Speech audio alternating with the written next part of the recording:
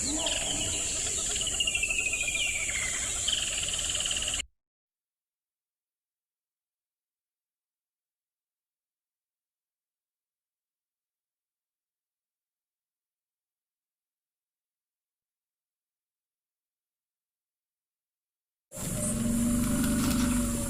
program features live coverage of an African safari and may include animal kills and carcasses. Viewer discretion is advised. Good afternoon, everybody. Welcome on board this afternoon's Sunset Safari, where there are some clouds building up in the east and towards the south, and it is a very hot, sticky and humid afternoon. And well, I would like to go and find myself some buffaloes and maybe some shade that I don't have to squint like this. So it's not only me out and about, of course. We've also got Tristan, who's out and about, and he is going to go follow up on Tandi's little boy. And then as well, we've got Kyle out in Tswalu, Mike out in Prrivate, and Ross will be joining us from Phinda. We will not be having any andBeyond in Ngala this afternoon. And well, on that note, we welcome you on board your live African safari.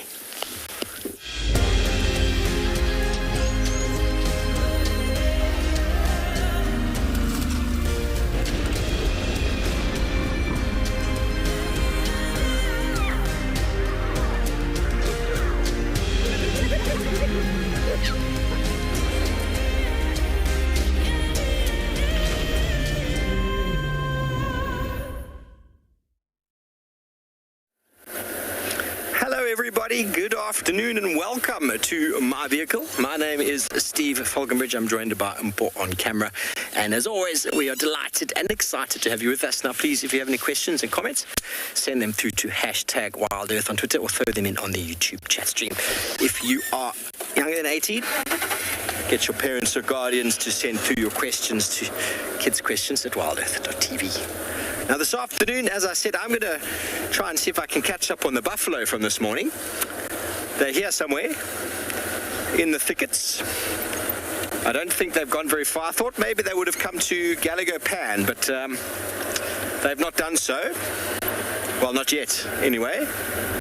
So Tambuti Dam is up there. Vuitela Dam is that way. Gallagher is that way. So where are they? We're on a road that takes us to an old sort of hyena den. Haven't been on this section since the rains fell. It's a very, very overgrown. I can't actually believe it. But I'm almost certain we'll probably get a long distance visual of some boofs in a moment. If not, well, we're going to turn around and go the other way. We knew where they were this morning. Not that Mpo and I actually found them, but we definitely smelt them, and we picked up a lot of the flies that they had with them.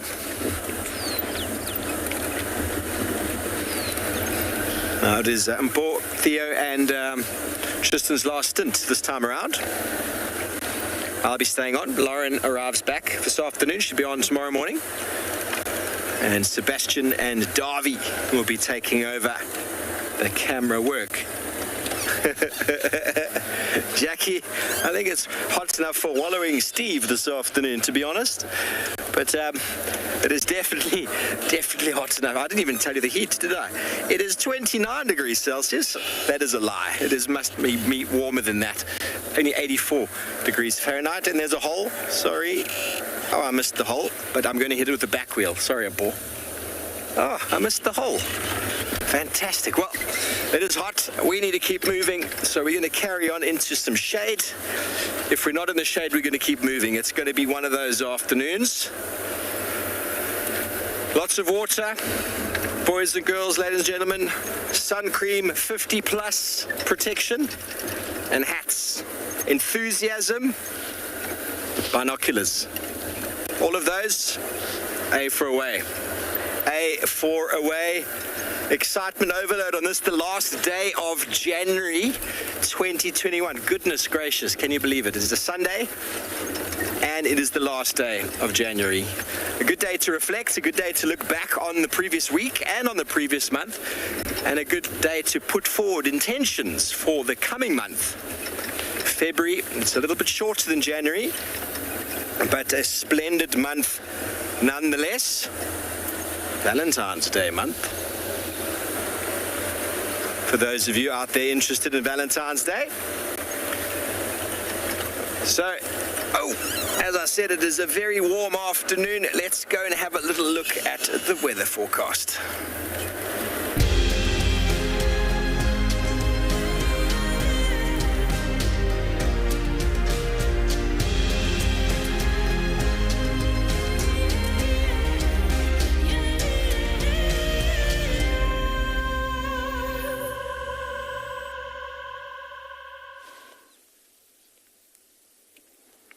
Dumela, good afternoon and hello to Tswalu Kalahari.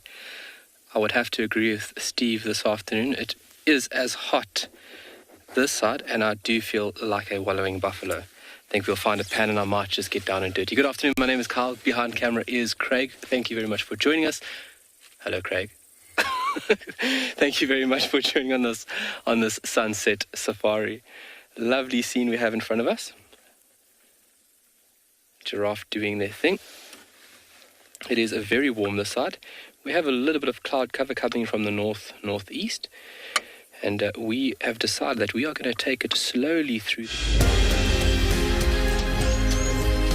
slow movement. We are going to see what we can find in and amongst the dunes. It's a lovely male over here, busy browsing off this little camel thorn, using those neck muscles to get down to that point.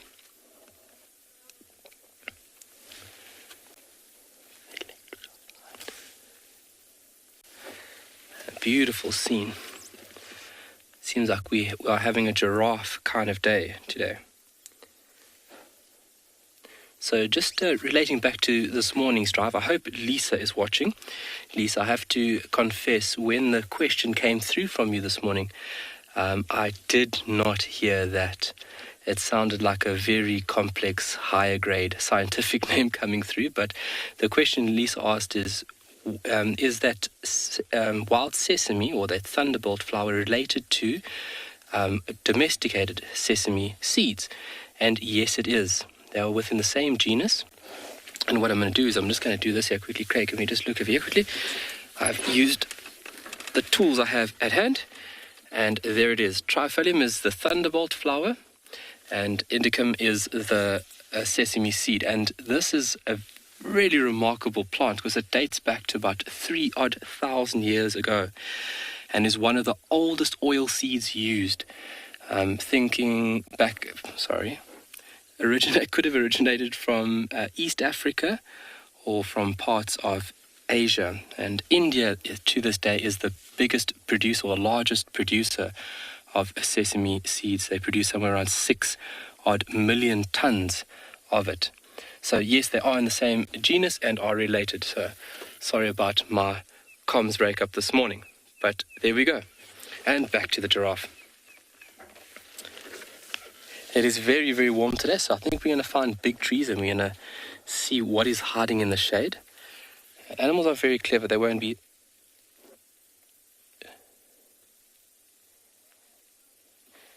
Emily, I'm so happy to hear that you are enjoying the giraffes. I, too, love looking at giraffe. I can watch them for hours. And if you look at the activity, they are always busy. Always busy, browsing, always on the move. They're never still, so it is just constant entertainment. So I like that comment. The Emily is also one of my favorite animals to watch.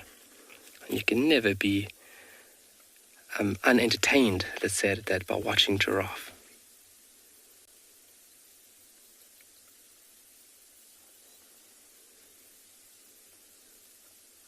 So this group has been hanging around here for the past couple of days. They do tend to focus in and around an area for a few days and then they wander off. And just like we spoke of yesterday afternoon, that they don't have a long-lasting bond with the herd. So this is more than likely a group of males. You can see from the very thick and very straight ossicones that these are all males. So at about 3 years of age, they'll break away from that herd where females tend to stay in that grouping. The don't worry. And when they get a little bit older, age 7, 8, then they'll break off and utilize the solitary form of life. But right now, it's nice to have a companion or a partner in crime while you are out here.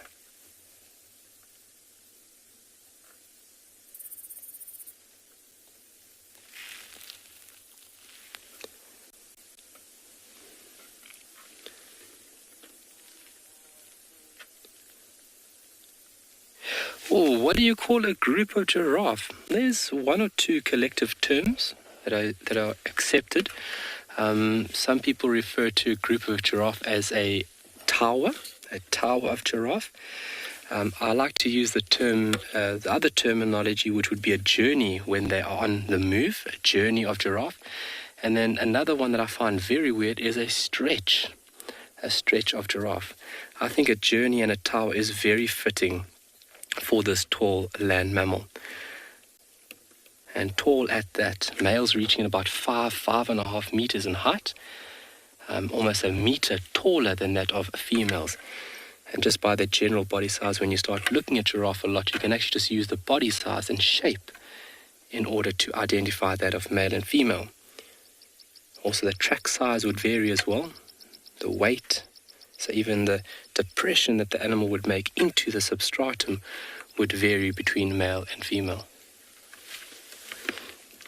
You can see those horns very straight and very thick, and if Craig gets us a little bit closer, you can see the sun shining off of them. So that's from the wear and tear from these males using these heads as volatile weapons. And that constant friction wears down the hair on top of the ossicone.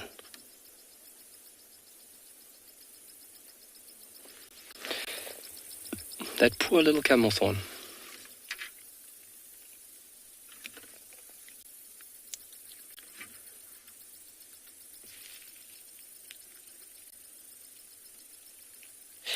I think it was bolted to. Giraffes store water in their bodies like camels. So that question relating to camels, if you look at camels, it's not actually water that they store in their hump. Hump actually consists of a large amount of fat and reserves that the animal would use through the leaner times. It has always been a notion that camels store water inside that hump on their back. That hump is just consisting of fatty tissue, whereas in this animal will not store any water in that notch. That is actually a part of the shoulder and then the neck coming down, and there's a massive tendon that runs over that almost triangular portion of its shoulder itself. And there's a tendon that actually comes around there, and then that tendon is strung so that when the giraffe relaxes, the head automatically goes up to a 45. And now it's actually using a lot of muscles to pull that tendon or stretch the tendon to get the head down to those lower parts. And once he relaxes, it automatically goes up. But no water stored in there at all. They acquire a lot of moisture from the vegetation they eat, and then also drinking on a regular basis. They can go a few days without water. If you take a look at giraffe found on the western parts of Africa, they can be really tolerant to hot environments and going quite lengthy periods without a body of water.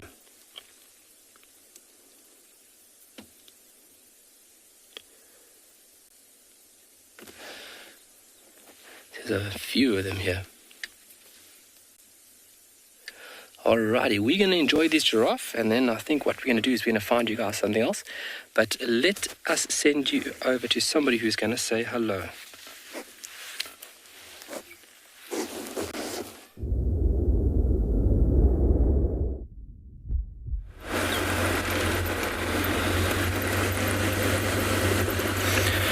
Right, so we We are bumbling along on the bottom boundary while they're enjoying journeys of Giraffe in Tswalu. Or Phinda, I think it was Phinda actually, sorry, my mistake. But we're bumbling along the southern boundary. We're trying to head towards where Thandi's cub is, because today is naming day. Some of you may have already seen a name for him, but we will get into all of that just now. My name is Tristan. On camera, I have got Theo, and hopefully we're going to have a very good afternoon, because the last time Theo and I were on our last drive of our stints, we had an epic sighting of Thandi hunting a warthog. She didn't kill it, but she grabbed it, and it was pretty cool to watch. So hopefully we'll have a equally epic afternoon.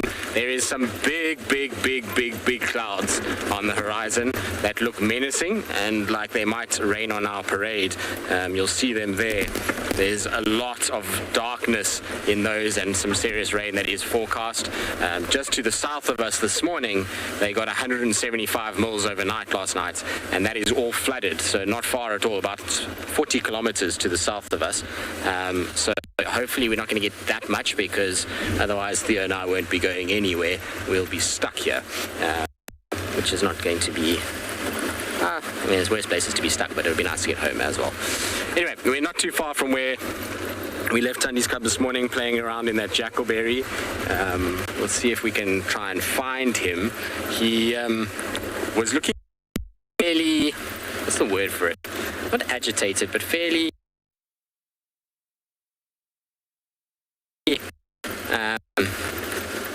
bored, as though he wanted to kind of get up and go. So he was kind of going from branch to branch when we left.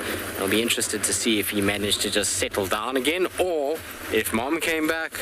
There's a lot of variables that can happen over the course of the day. It's been a very hot day today, very humid, so I think he shouldn't have gone too far. The best place for him is in this drainage line up in front here.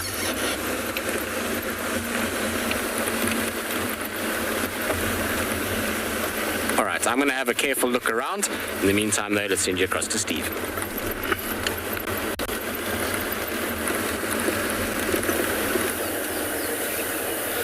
Tristan, have a very careful look around, sir. It is a wonderfully warm afternoon, and we are slowly making our way towards where the buffaloes were last seen. All the poo all over the road and all the garden service that's been taking place happened last night.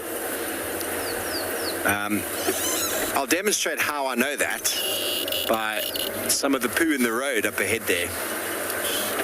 Do you mind? First, have a very careful look around. I mean, have a look at how tall this grass is, everybody. Goodness. Could lose an entire buffalo herd in there. Okay, so...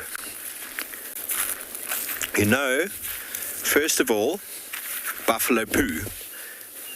Now, what's very easy to see is that it's quite hard now. Now, already this morning, though, it was starting to get this from the dung beetles moving in and burying. Can you see that there? That is earth that's been dug up. Dung beetles taking balls of buffalo dung and burying it. So when this is very fresh, it's still green. I mean, even if I turn it over, you can see it's very green inside. There's the well-chewed, well-digested rumen content, or stomach content, or dung of the Cape buffalo. But this here indicates the time frame. That would have happened already yesterday. This wouldn't have been yesterday. This would have started in the night, at least in the morning. It's given them lots of time. But that crust on top, you can actually hear it. Fresh buffalo dung doesn't tap, everybody. Good to know, hey? Good to know. Okay, so lots of flies, lots of organisms living off of this, but the buffaloes moving through disturb the soil, churn the soil up, and as they move, they trample the grass and feed on the grass. And they take this grass here, which is ultimately very green, very photosynthetic, and also fibrous, and there's nothing much can be done with it right now, and they break it down into that. Okay, so that is it right there. The molecules are much smaller, They're much more finely digested. There's huge amounts of bacteria and microorganisms around there. And that is a living ecosystem right there. Right there, that is nutrient recycling at its best, happening right in front of us. And that's nutrient recycling where the dung beetles are burying it into the ground. The nutrients are going back into the soil. They're not just being leached off. Dung beetles and organisms that decompose organic material are so important for taking what's on the surface back into the soil. One of the biggest issues we have around the world at the moment is overstocking of cattle farms and livestock generation. And all of this dung that's not getting processed is getting burnt off and lost to the atmosphere as methane, as a gas. And that's leading to lots of ecological issues, and it's being washed away down streams, and we're seeing big ecological issues. So here, natural process, the grass material cycled back into the soil, and the whole cycle continues again. So very, very important. And at the same time, the buffalo also churn up this hard ground that we're finding very difficult to track on. And they also make very good food for some of your bigger predators, and they also from time to time sort out your bigger predators, which obviously we don't like to see, but it is what happens. Let's carry on. We're quite a few hours behind that buffalo poo, but we know where they were this morning. I don't think they're going to be too far. We'll check the watering holes because these animals are extremely water dependent.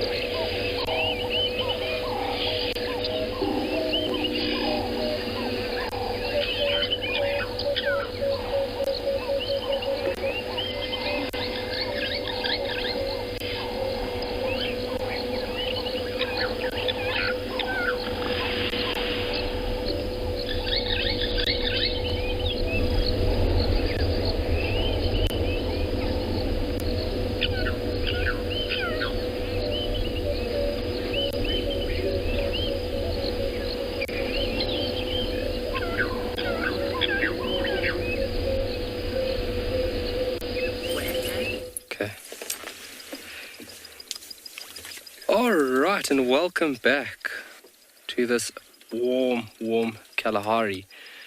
We're talking about water and storing water, and so if you look at adaptations and how animals deal with extreme heat conditions, a few animals have a very remarkable ability to deal with the extreme. So if you look at the southern oryx, that is one animal that is able to withstand crazy temperatures. They have found oryx at 45 degrees Celsius internally. I mean, that is just remarkable. And if you look at the remarkable abilities, physiological adaptations is one way in how these animals get to evade from pegging or dying from heat exhaustion. And if you look at oryx, they have a remarkable ability or adaptation referred to as the wonderful net. Basically, there's a network of capillaries and blood vessels that run through the nasal cavity. This adaptation is only used through the extreme conditions. It's not like the animal just switches on this function when it's hot. And this actually tricks the brain into thinking it's cooler than it is. Basically tricks the hypothalamus gland. But if you look at these lovely animals, these animals too have this wonderful net running through the nasal cavity. So through the extremes of temperatures and also lack of water, these animals then can trick the body into evading a few extreme days without water and obviously being exposed to the sun. But remarkable. So physiological adaptations or behavioral, and we have seen behavioral to the highest degree, which would be those sociable weavers. The backdrop of the beautiful Coronaburg, making the giraffe once again look very, very small. Oh, I mean, look at that.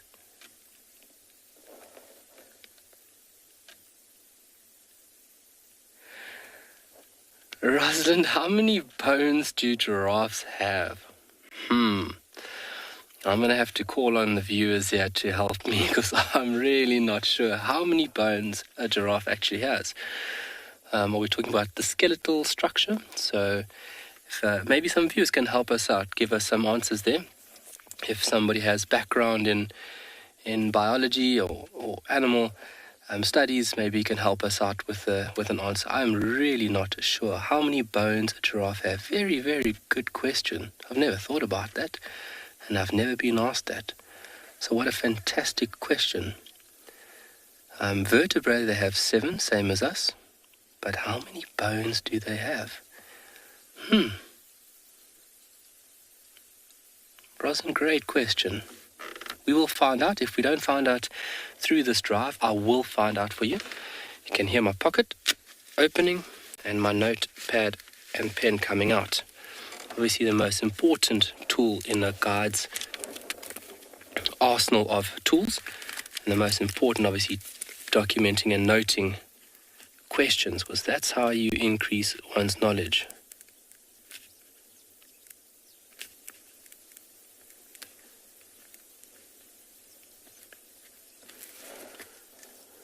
These two bulls finding nice nourishment over there. And we're going to be looking at 1 or 2 trees today, and we're going to focus on one special bush that we didn't wrap up a couple of days ago, which would be the velvet raisin bush, or grevia. We'll be looking at it when we go out west. It becomes a more prominent shrub at the base of the mountains going out west. And that is actually one in view, right in front of the giraffe. I don't think it's browsing off of it, but that looks like a grevia in front of it. Yum yum.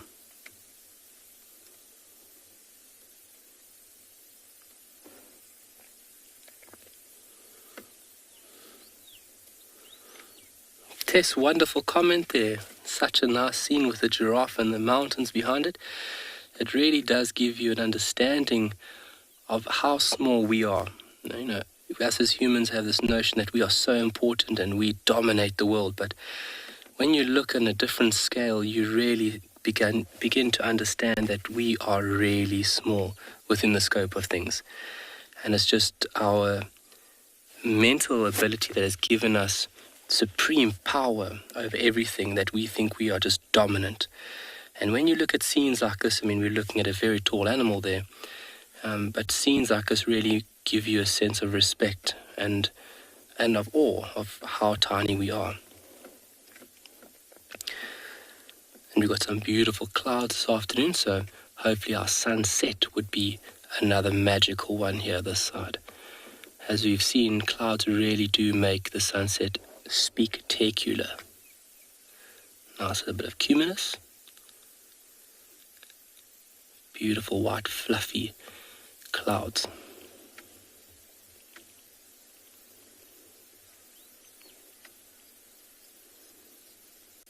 And unfortunately, today is Mr. Craig's last day. Unfortunately, Craig is leaving us. And somebody new will be joining us tomorrow morning. His name is Morgan. So we will welcome Morgan onto the sunrise safari tomorrow morning. And we really thank Craig for all his efforts and knowledge and skill of showing off Tswalu and as well as South Africa's heritage.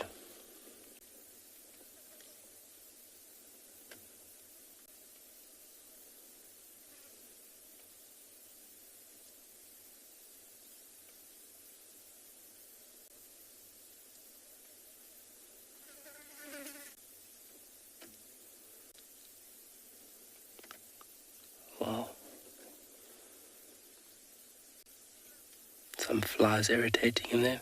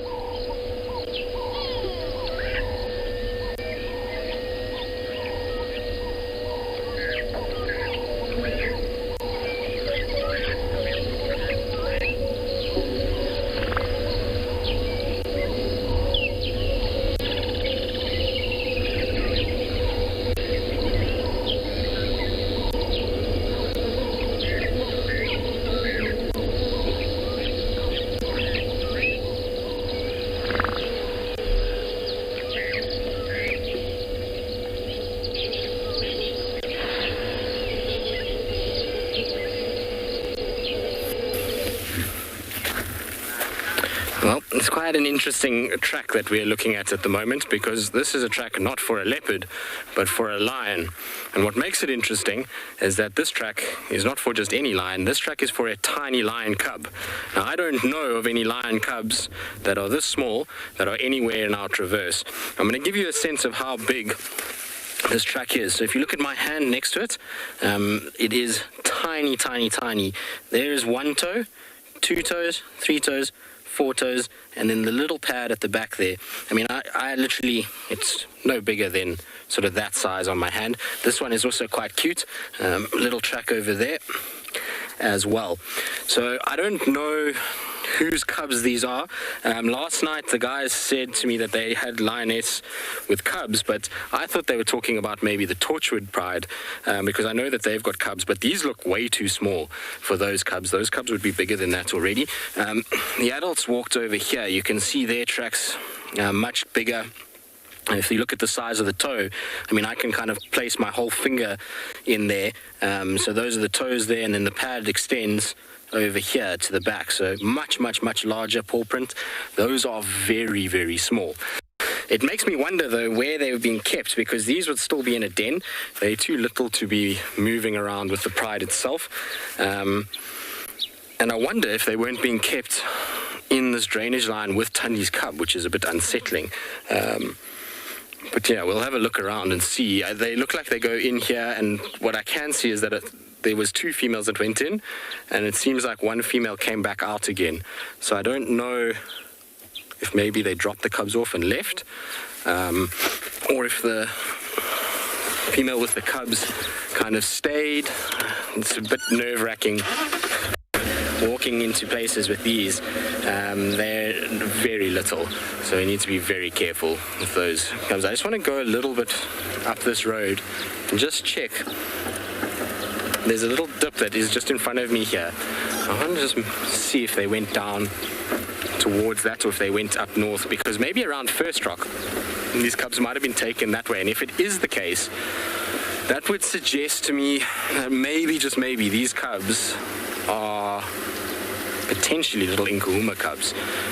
Also, given that we had those 2 Nkuhumas yesterday on Chitwa, I mean, put 2 and 2 together, it's possible, I suppose. I mean, I don't know, but I suppose it is possible. It would be very, very, very cool if it was. Like I said, I'm just hypothesizing because I didn't see these lions.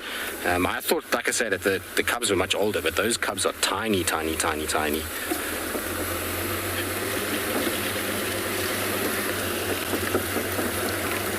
Emmet lions can be very good at hiding. They're a predator, so they need to be good at hiding.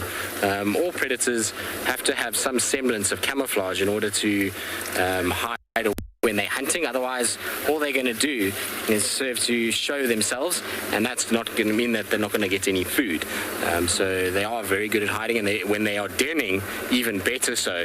A lion den in this kind of terrain, after all the rain we've had, is going to be near impossible to find. But you see here, if we're going straight on this road, so this is something with tracking that is try and kind of help people often with this, is that if you have a look here, you've got a road, and there's a path that goes dead straight.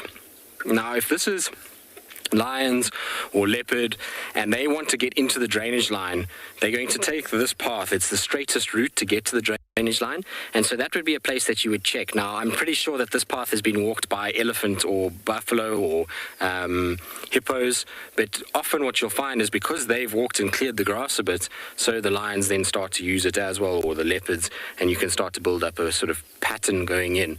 And if we start to see tracks going in and out and then back in and out, then you know that the cubs are hidden there and the lioness is doing her movements around. So I just want to check this little section here just to see if there's any tracks that are around. Unfortunately, a car has driven here this morning, so they've driven over the tracks.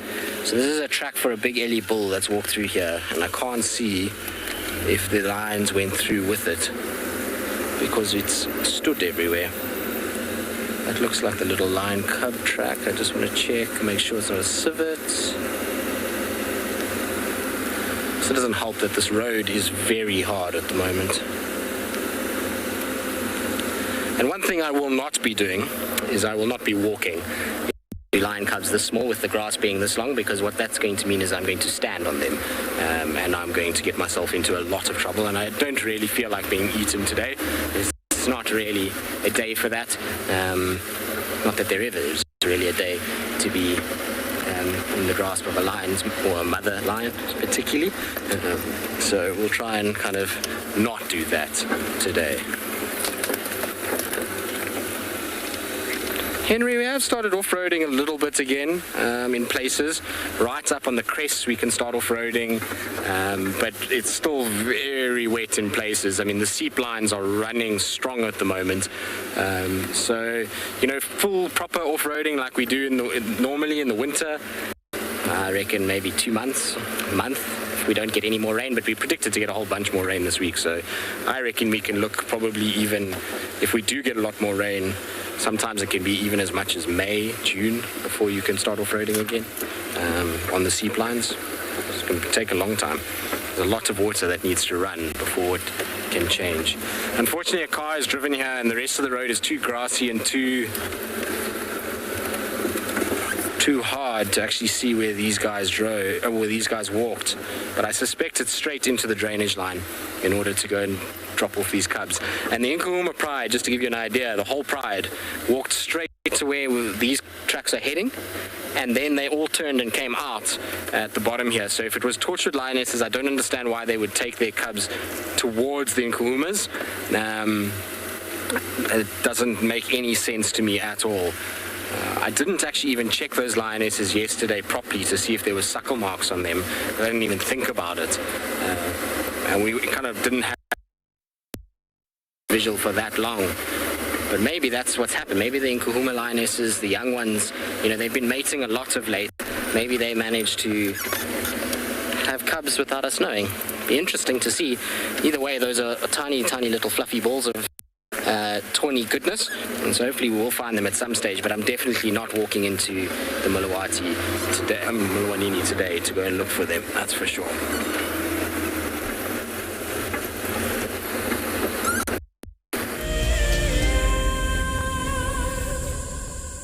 Welcome to my car. This is Wendy, and she's my favorite. She would love to have your name engraved on her so you can be with her every single time she goes on a safari here in Djuma. If you become a WildEarth explorer, you will have the opportunity to buy an engraved tag which we will attach to her. We will make sure to send you a digital picture to show you exactly where you are sitting on her. You will have front row seat in every single sighting. What makes andBeyond Phinda Private Game Reserve so special is our massive array of habitats, and with that comes of course a beautiful diversity of landscapes, but also an incredible biodiversity in terms of plants, bird life and animal life, as well as of course our conservation success stories with cheetah, with rhinos, now with pangolins too. Catch up with the guides daily here on WildEarth. Have you been watching WildEarth and dreamt of being right there on safari with one of the guides? Well, now you can. WildEarth is offering you a chance to buy a ticket to dream. You or a friend can hop on board a live WildEarth show and join our guide on safari.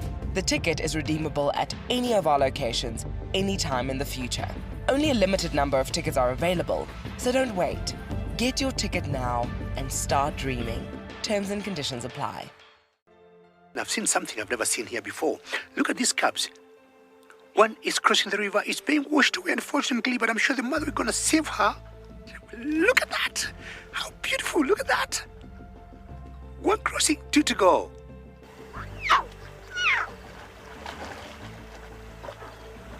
How cool is this? Expect the unexpected here on WildEarth daily. In a world full of upheaval, we all need a quiet and safe space to breathe. A place where anxiety and stress don't exist. A place where life carries on as normal. Escape to nature with WildEarth.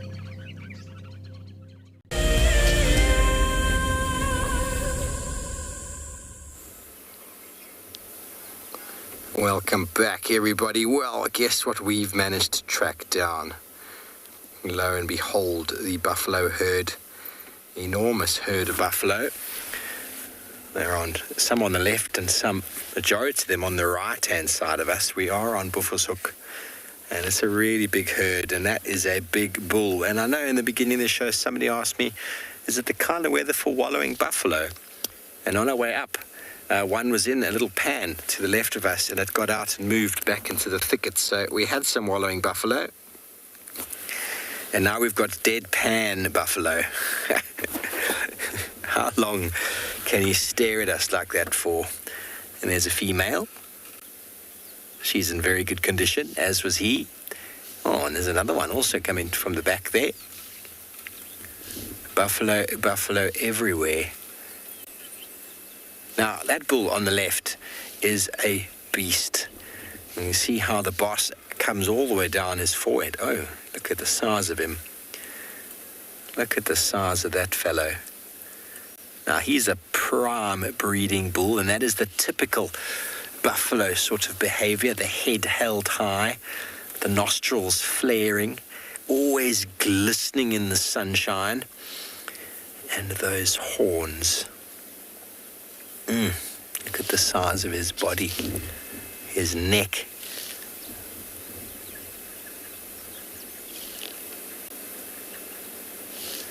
And it's because of fellas like that many of our older buffalo bulls decide to retire, because if any of you have ever played any physical sport, you know what it's like when you start getting a little bit older and these youngsters coming through are just physically stronger and fitter, and they just don't seem to have any concern for the welfare of their body. Well, that's what happens with buffalo, and eventually you just get tired of the game and you can't keep up with the youngsters. All professional sport is like that, so you could think of a buffalo herd as a professional sport team. Paul, you love how they just stare at us. It is quite disheartening sometimes, Paul, I'll be honest with you. If you get that on foot, you never quite know what to do. You get a buffalo herd looking at you like that, or a couple of bulls looking at you like that, because, you know, invariably, there's nothing to stop a buffalo bull from charging. There really is nothing, and they do. But in herds like this, they generally snort and run off. So I'm going to move forward. Maybe we can get a few more of them in the open here. Like I said, they're all around us, yeah? Either side of the road. But a big herd.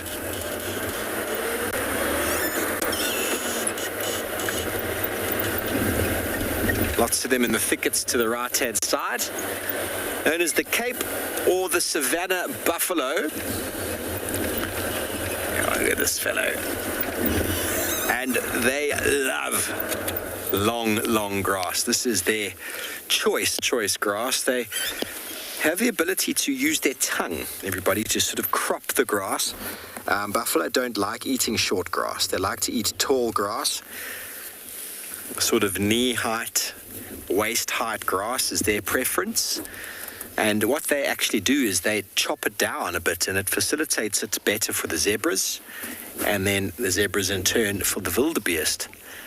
And so in turn, on our way through here, following this herd, you could find, and Paul was quite amazed actually, because I know I've been talking about the garden service, and I don't say that in a derogatory term. They absolutely destroy the vegetation on their way through. They really do mow down the grass, and they also flatten it. Not only flatten it, but they lie down it and squash it, and it makes it much easier to see. At the same time, they also drop an enormous amount of ticks on the ground. So I've got a few scratches yesterday from walking into buffalo-infested grasslands. And the problem is the little pepper ticks you can't see. You can't see them, and then they grow substantially overnight while sucking your blood. Let's hope that this year I don't get tick bite fever. Ian, that is the shoulder right there, so it's not the backbone, that is the shoulder girdle. So that's where the attachment of the two front legs goes, and then in front of that is the neck, and the neck is a proper solid neck. So like with all animals, when you have a look at them, they've got a very big shoulder girdle. You see how he's chopping the long grass and looking at you like you owe me something. And so you're seeing the hips, which are elevated, and you see the shoulders, which are elevated. And that is just the way that it works. Just like us, if you stand up straight, your shoulders actually stand out the back. And if you had to support an enormous amount of weight, like buffaloes do, you would need big, powerful shoulders, and you'd need a big, powerful muscles and attached to large bones, which is the girdle. So that's essentially not the back at all, the shoulder, but then the spine is between the hips and the shoulder, and obviously the neck as well, which is above the shoulder, all of it connected to the spine.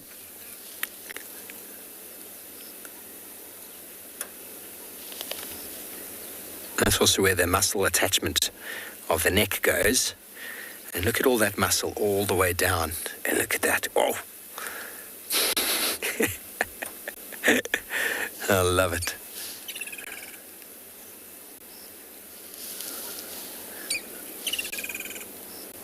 So, very water-dependent animals. Ooh. Gosh, they're not aggressive. They're just misunderstood. They look aggressive. They look really aggressive, and they're a big animal that's got a lot to fear in life. And you know, just big animals that don't like to be disturbed have the ability to push back. And if a buffalo does push back, it hurts. So it's not that they are aggressive. I know James Hendry as well, he doesn't like the word aggressive. We like to talk about the words potentially dangerous. I'm right here now, everybody. These animals are just going about their daily habits of feeding in the open grassland. They've probably had a little bit. Let's have a look at this one who's coming up to cause all sorts of trouble. I'm only joking. He's not coming to cause trouble. They're not aggressive animals. But if you push them, they fight back. That's just the way it is. And if you push someone who's much bigger than you and he pushes you back, it's going to hurt everybody. And essentially that is what happens. If you go play with someone's prize bull, it also can be extremely dangerous to play with. And it's not because it's being aggressive, it's just its movements and its body size have the ability to squash you. I mean, in the last couple of years, a few people have been killed by giraffe. Now, giraffe are not aggressive, everybody. By no means are they aggressive, but a giraffe that swings its neck at someone as a friendly gesture of give me some more food has the potential to really, really hurt you. And so, unfortunately, humans have moved into wildlife areas and we see these animals as aggressive when actually we should just leave them alone. Give them a huge wide berth and we'll have no issue at all. I've never had any issues with buffalo, ever. I've walked them, I've encountered them by the vehicle hundreds of times, and I've never ever had any issue with a buffalo. So, but if I drove right up to them and started harassing them with my car or try to run up and push them around, there's a very good chance I could get my car damaged or myself badly injured. So that's just unethical, first of all, and asking for trouble. Here we got our big boys walking through the open here. Sorry to change the angle, but I'm loving this fellow in the front. He is a magnificent, magnificent beast. And to hold that head up requires enormous amount of muscle, and those horns, although they look a little bit misshapen and behind the head, they know exactly where the tips of those horns are. I've seen videos of buffalo running in and picking up a lioness of 140 odd kilograms with the tip of that horn, catching her exactly where it wanted to and flicking her like a rag doll. 140 kilograms flicked 10 feet in the air. Now that is a buffalo being aggressive because lions are trying to eat its friend. That is defense. I don't think being defensive is aggressive. Being defensive, self-defense, I wouldn't say anyone who practices self-defense is an aggressive person. Self-defense is self-defense, and when an animal's life is at risk, even try and go catch a small little daker, I promise you it's going to hurt you. When animals' lives are in danger, they have the potential to be quite dangerous and quite painful to the human touch, and we just aren't tough enough to really sustain or survive many of the injuries that we could incur. Well, let's have a look at that female over there, and now tell me if she's being aggressive or if she's been injured before. Now, that would make you also quite grumpy. If you lose your tail, you get a very bad scratch on your bottom. So Tommy wants to know if buffaloes make the same sounds as cows. They do, Tommy, they do. They make very similar sounds to cows. They are all part of the same greater family. Very much like it. They make a few more grunting sounds, and there's lots of pushing and shoving that goes on. But invariably, they smell like cows, they look like cows, and they sound like cows. And when you find their dung, it looks just like that of cows, and even their tracks. So they are bovids, part of the same family, but they are very, very wild. The cows that we see around the world, many different breeds of cows, have all been domesticated from a breed of wild cow that was around a very long time ago. That we were able to sort of bring underneath domestication, underneath people care. But the buffalo is not one of them. The buffalo are not tameable. There we go. You can hear some noises on the right there.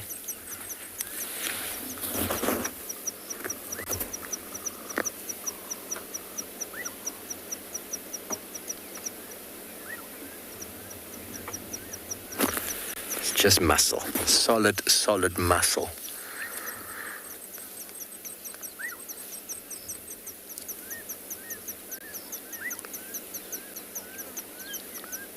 And apart from one female, this group of bulls is all prime breeding candidates who are sort of hanging on the outskirts and will be very, very useful in protection of the herd if lions do approach. But in the meantime, let's send you over to the west, to Tswalu Kalahari, who found some very small critters.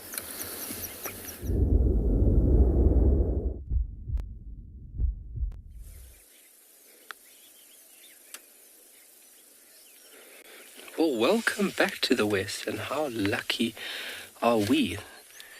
We just stumbled upon the little Makala group of meerkats, and you can see how close they are to the vehicle. Very curious.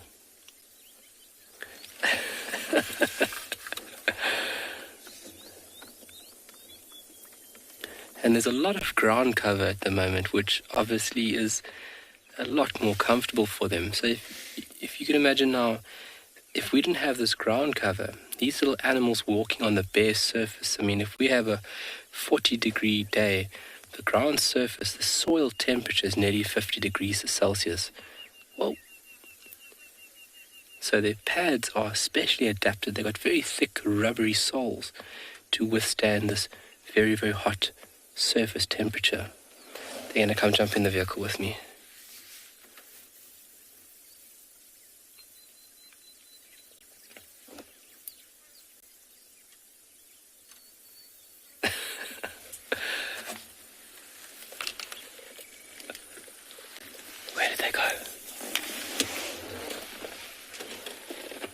They're somewhere here. Let me just take a look where they are. There's one over there, Craig. There's another individual. Is he scouting out? You can see that they just don't have any fear of humans whatsoever. And that's a great activity that we have here on Tswalu for Guests, is that we have built this relationship up over the past couple of years where they see us as absolutely nothing. No, I think that they really enjoy Land Rover. Land Rover is their favorite, and under the car they go. Guys, you can't be... they're looking at the model. They haven't seen this older model yet. So they're literally at the wheel. You can see they're actually utilizing the shadow of the vehicle. Obviously a little more comfortable for them.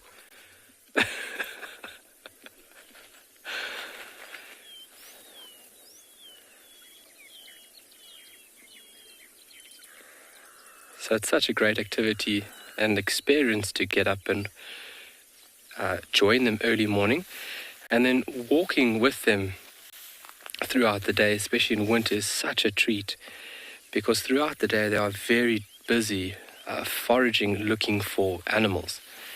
And what an experience it is.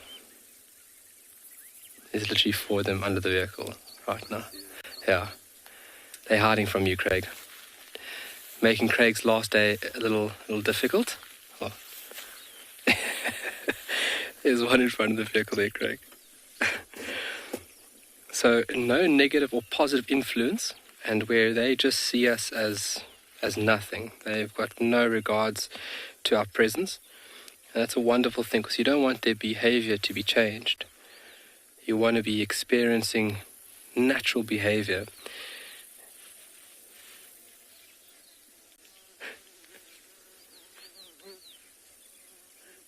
Can you see this one here, Craig? Is this too close? Look how he's stretched out. Just go nice and slowly. This young individual here close to Craig is actually stretched out. When they want to cool themselves down, they actually shift a little bit too close.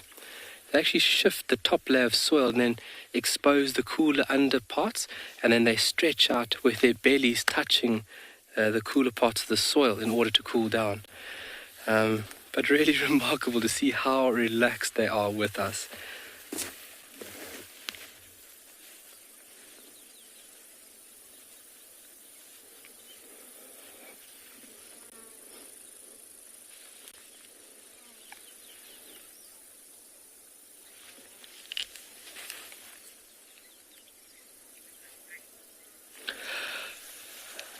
Sorry, FC, could you please resend that for me?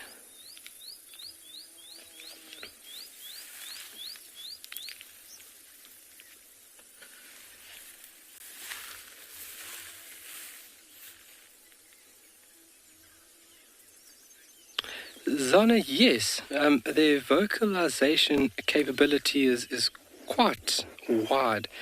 So they'll have different alarm calls or different call signs for different threats. So they'll have a specific call for an aerial predator. They'll have a specific call for a ground predator, just so that they know how to react. And obviously, keeping in vocal communication with one another is a very, very important activity. If you don't keep tabs with what's going on around you with your colony members or your clan members, that's when you could get caught. So a few different vocalizations. Oh, everybody back to mom. So a few different vocalizations depending on the threat itself.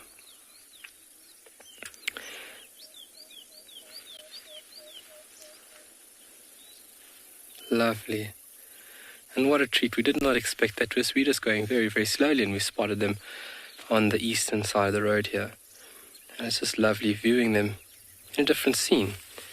Just like we had them out west a couple of days ago, viewing a different group in a different environment is a real treat.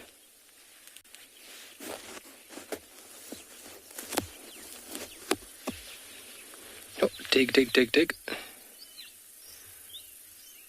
So using those very, very long claws to shift a lot of sand very quickly, and that nose is guiding that animal to where that prized item is. See the one digging there?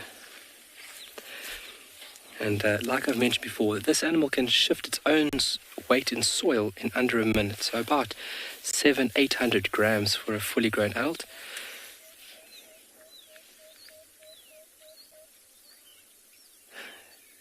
Jackie, they are favoured and loved by a lot of people. We have people visiting Tswalu. We have Tswalu guests visiting here that just want to see meerkats. People are really enjoy meerkats. And it's a real treat to be able to be so close to them and watch their behavior like this.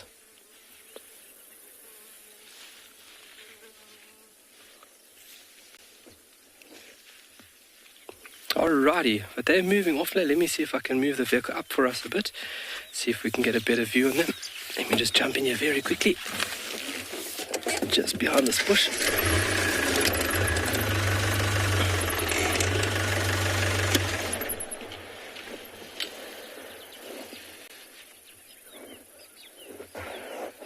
Alrighty, so while these little meerkats head off west, we're going to lose view of them in the next couple of minutes, but let's send you off to Steve with those buffalo.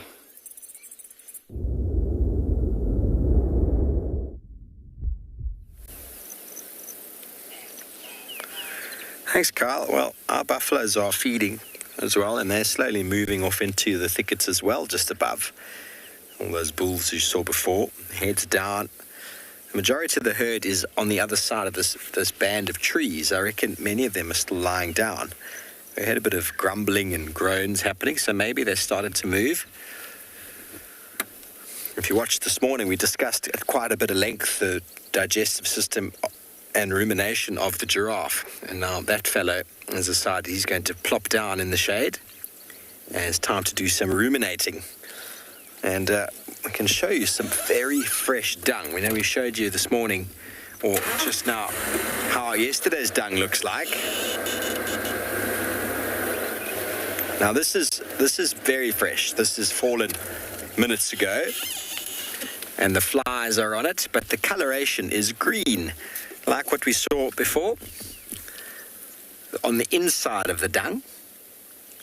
Now this is on the outside is green. So what happens with most grasses that get fed upon is there's huge amounts of silicates in the grasses due to the granitic soils. There's silica in all of the grasses, and generally because buffaloes are trying to be quite discerning, they still get some silica in the dung.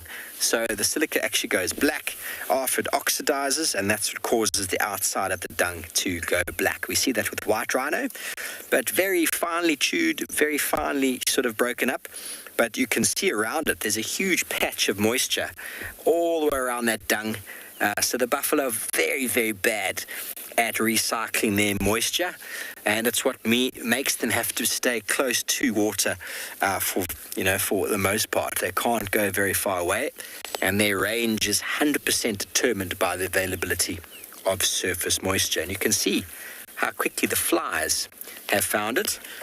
They're going to lay some eggs, and the whole process will start over again.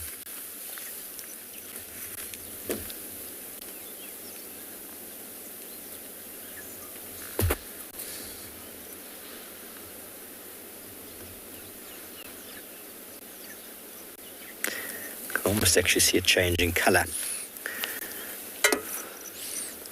Okay, well, let's see if we can get you another view of these buffalo. I think a larger portion of the herd is just up and around the corner. They're all sort of in the bushes over here. We just found ourselves in the shade of a tree, which was quite lovely for the moment. But now we seem to be losing our herd. Don't drive over the buffalo dung. Very fresh.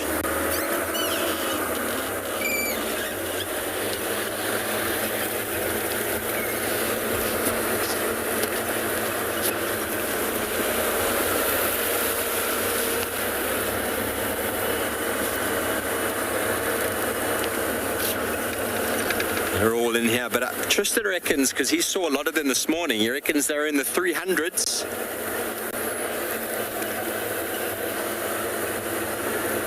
See, that, of course buffaloes are social. They occur in these massive herds. Of course, yes. If they were not social, you would not find them in groups. And obviously, the older they get, the less social they become, just because of the pressures that undergo what's going on in the herd here. There's huge pressure. Oh, we've got some shade.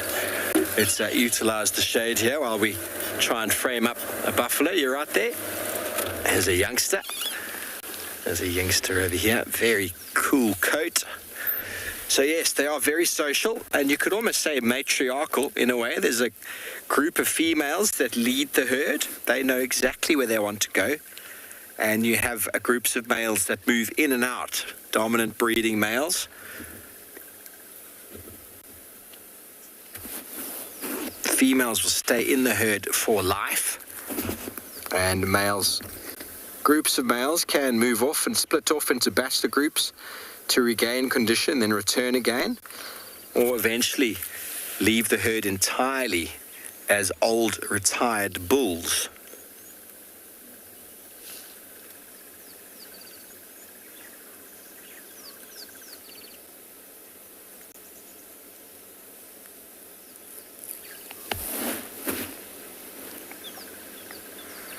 Pretty much most of the antelope species, bovid species we see, we would regard as social.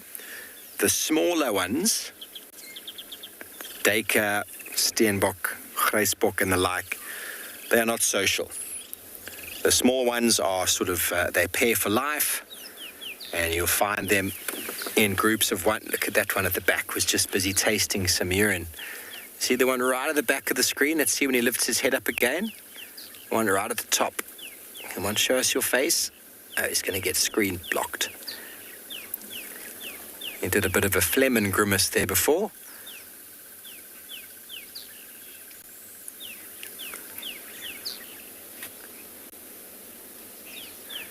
Not sure wants to know if buffalo poop can be used as a heating source. I suppose it could be.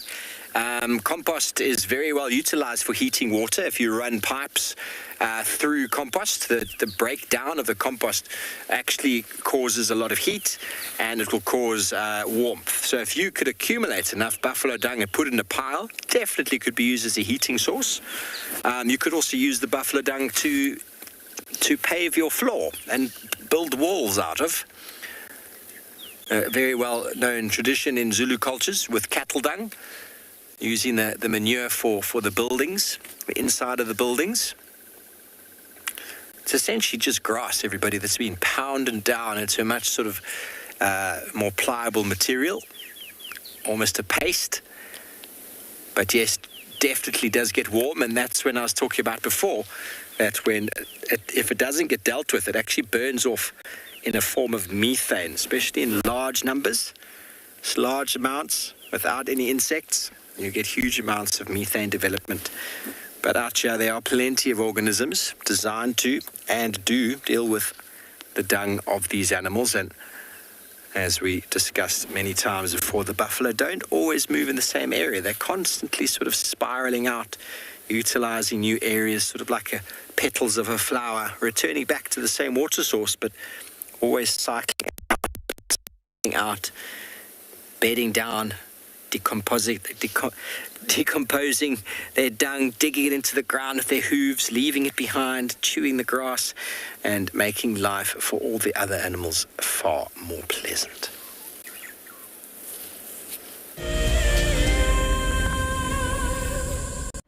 Do you dream of traveling to a far-flung wilderness location where life continues as normal?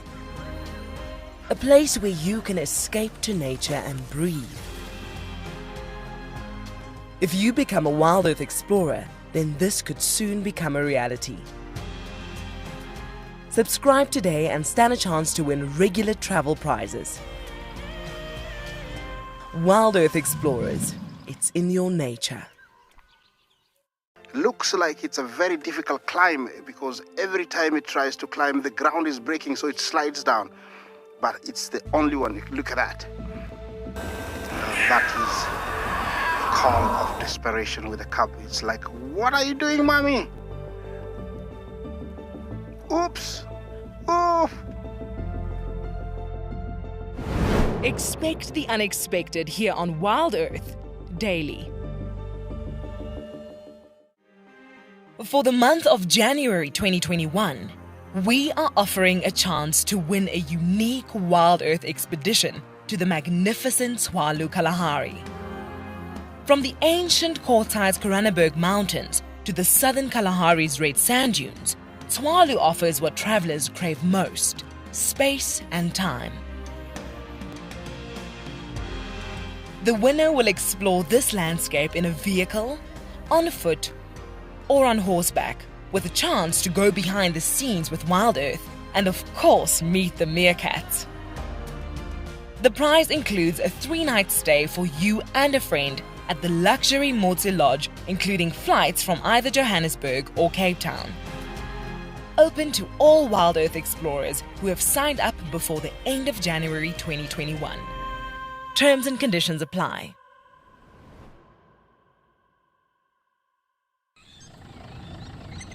My favorite animal is a leopard, purely because I just think they are just the epitome of feline grace and power, and the way they can move about in any environment and remain hidden until they want to be seen, I just find incredibly intoxicating, and they're amazingly beautiful.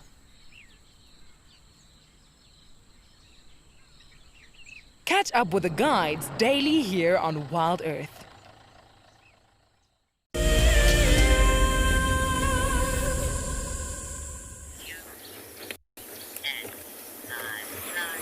Well, perfect. Way to end off is to find this little guy who is ever so fittingly decided to make an appearance on his name day. We were hoping we would find him, given that, we saw him this morning, but one's never certain if they're going to find a little leopard cub. This area is thick, it's wet, it's not that easy to pick him up, and I think the only reason we found him in the end is because I've driven this drainage now about 4 times, and a herd of elephants came out. And the elephants were enough to lure him out, because he, obviously, being a young leopard, cannot help but go and investigate everything and anything. And that's why he's kind of sitting beautifully on the edge of the Mulawanini at the moment. It's very, very pretty with the green grass and him sort of lying down and having a bit of a yawn. Now, I was saying that it is naming day today. So the reason it's naming day is because, well, he's getting to that age, and a lot of you have been asking about names, and so it was decided that the Djuma guides, as well as some of the landowners, and James, who was the first one to see this particular fella, would all have a bit of a say. And so that means it's now time for the ceremony. So you've all gathered, patiently waiting, as our young boy makes an appearance, who has decided to come and look in his absolute finest clothing.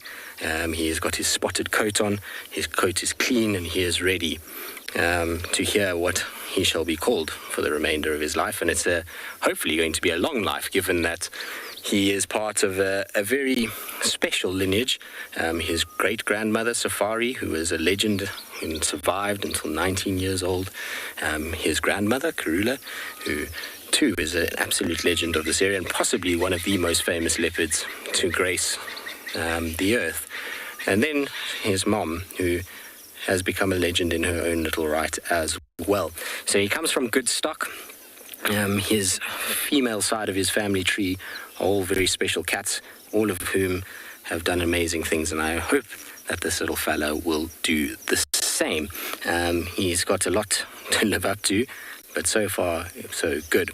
Now, his name is quite difficult in terms of spelling and then being able to say it. It's not that difficult to say, but the spelling, if you try and say it normally, will make no sense whatsoever. And so basically, the spelling is Maribiye, okay? And in the local language, that means basically, which I'll tell you how to say it now, in the local language, it means that he is from the rocks, or of the rock. And the reason why he's been given this name is because of the amount of time that we have seen him on rock. So first rock, here in the Mulawanini as well. And I think it's quite fitting because his older brother was named Tumba, which means boulder. So we have Rock and Boulder in the family now, if you want to call it English names. And the way to say it is Maribs, which basically is M-A-R-I-B-S is how you pronounce it, but it is spelt M-A-R-I-B-Y-E. So we now dub the Maribs, and he shall forever be known as that, which will be very, very cool, and hopefully he will carry it long into the future. I think it's quite a cool name. It's going to take a bit of people getting used to it. Like I said, not the easiest to say, but if you ever forget his name, just think of Mariepskop. That is the big mountain range to the west of Djuma Private Game Reserve, and so he is Marieps. That should be able to kind of remind you. So we dub the Marieps. Young fella, do you approve? He's too busy watching pigeons fly by. Are you okay with that? Yes. Good. Are you going to live up and be a legend? Yes. Good. All right. So there we go.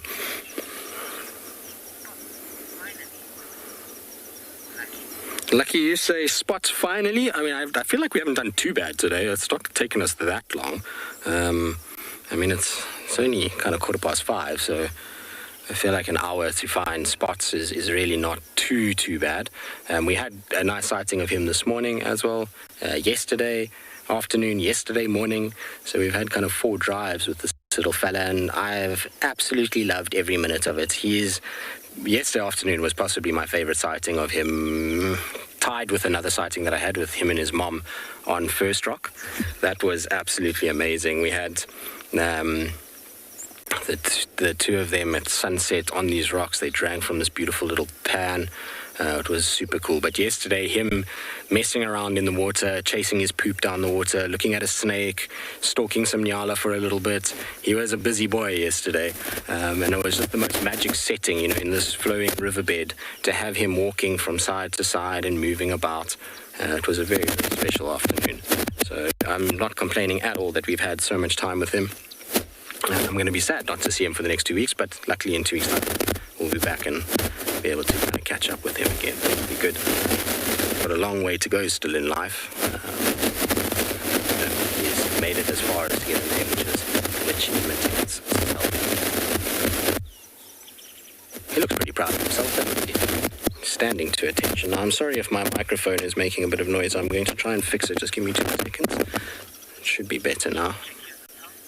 There we go. It's sometimes the connection on the microphone has a bit of a scratch to it, so I apologize about that. I think we've managed to sort it out now. It should be okay. The only problem is that he has chosen probably the hottest spot on the reserve right now. It is absolutely baking in here. There is no wind to speak of at all, and with all this moisture and the sun that's been baking, the humidity level is very, very high. Feels like it's at close to 100%, so not very comfortable. But where he's lying will be nice. It's right on the edge of the bank, and that area there will still be nice and damp, and so fairly cool. Look at his tail. You see, as these Franklins start, the tail lifts and starts to twitch. It's almost just to say to the Franklins, I'm not doing anything, leave me alone. Just let me sit here and enjoy myself.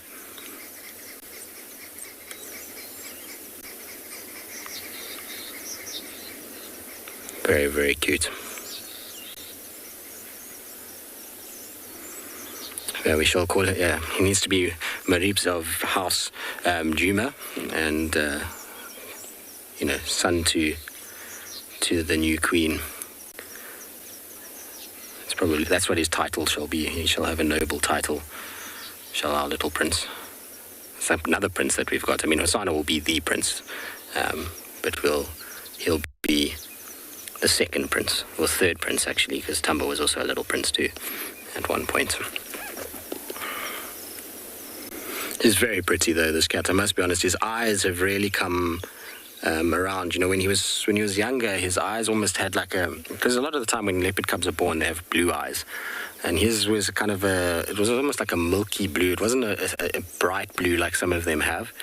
But slowly but surely his eyes have lightened a little bit, and he really has a magnificent kind of look about him now.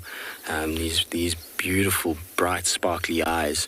And his coat has also changed slightly. It's not as light as it was. He was quite a white cat when he was younger. He had lots of long white fur, which must have been his little baby fur that he hadn't grown out of completely. But his coat color is starting to come in now. He's not gold like his mom, but he does have a slight sort of yellowish tinge to him, which is becoming really pretty with that sort of white chest and those light colored eyes. He's got a little bit of kind of Tlalumba's eyes now. Tlalumba also has quite light colored eyes these days. They have a very similar eye color, the two of them. I'm super chuffed though that we managed to find him on our last afternoon. I wonder if he's going to be playing in the water like he did yesterday at some point. He'll get bored eventually, and he's hopefully going to do the same antics.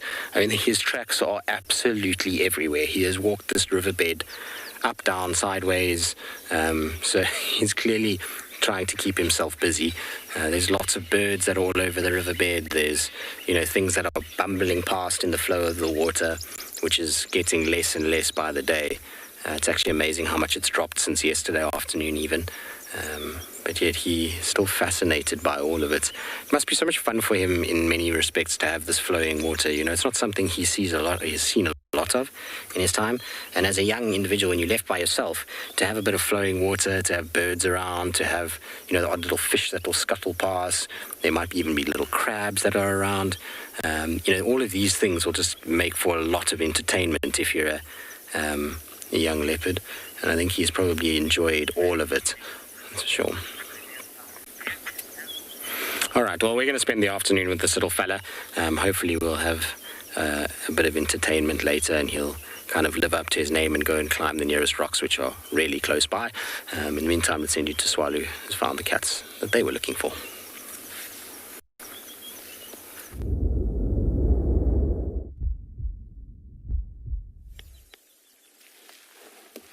Well, with the very hot temperatures that we are experiencing today, it is best to seek shade. Oh my word. There is some shade for you people, for you folks. It's just a nice shady spot. There's nothing much there for right now. They are flat cats. There's a tail. There are two cheetah just relaxing in that shady patch, and they are so flat in and amongst that ground cover that one can't even see them. And they opted for a bit of shade through this very hot period of today. So these are the two dominant boys that we've seen a few times. Myself and Craig found them after we set off from you folks yesterday. We found them meandering down to the pan. And they haven't gone too far from where we found them yesterday. And what I would really like to see is the status of their stomachs. So if they are hungry, what we'll do is maybe stick with them for the afternoon and see what they get up to. There are some springbuck north of us. We had a big oryx just move off here to the west. And I think it's just too hot for them to do anything right now.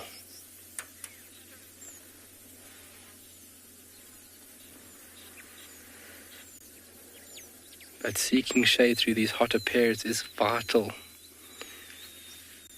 To be exposed in the sun is just not clever.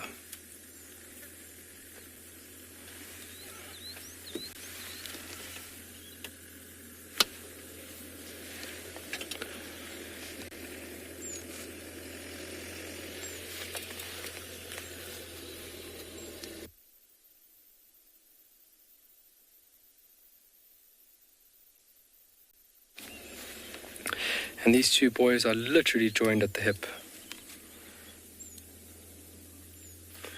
They don't spend a lot of time apart from each other, and if they are somehow split, they will frantically look for their sibling. Vocalization is the easiest way in how they relocate and find each other again. And it's a very distinctive call. Almost in the distance sounds like a bird chirping.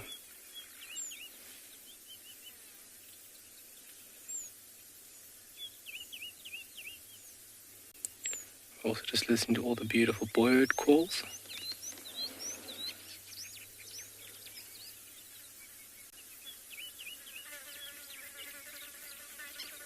The most dominant call that you folks can hear there is the Kalahari scrub robin. It's very songful, very melodious, sharp whistling.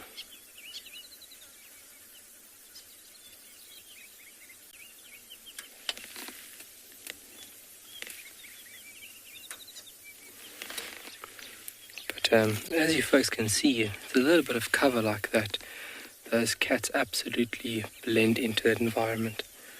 And what they would want is just for an antelope or two to walk by, and then they are in the perfect position. Obviously, if you look at cats and how close they need to get to their prey, it is quite remarkable.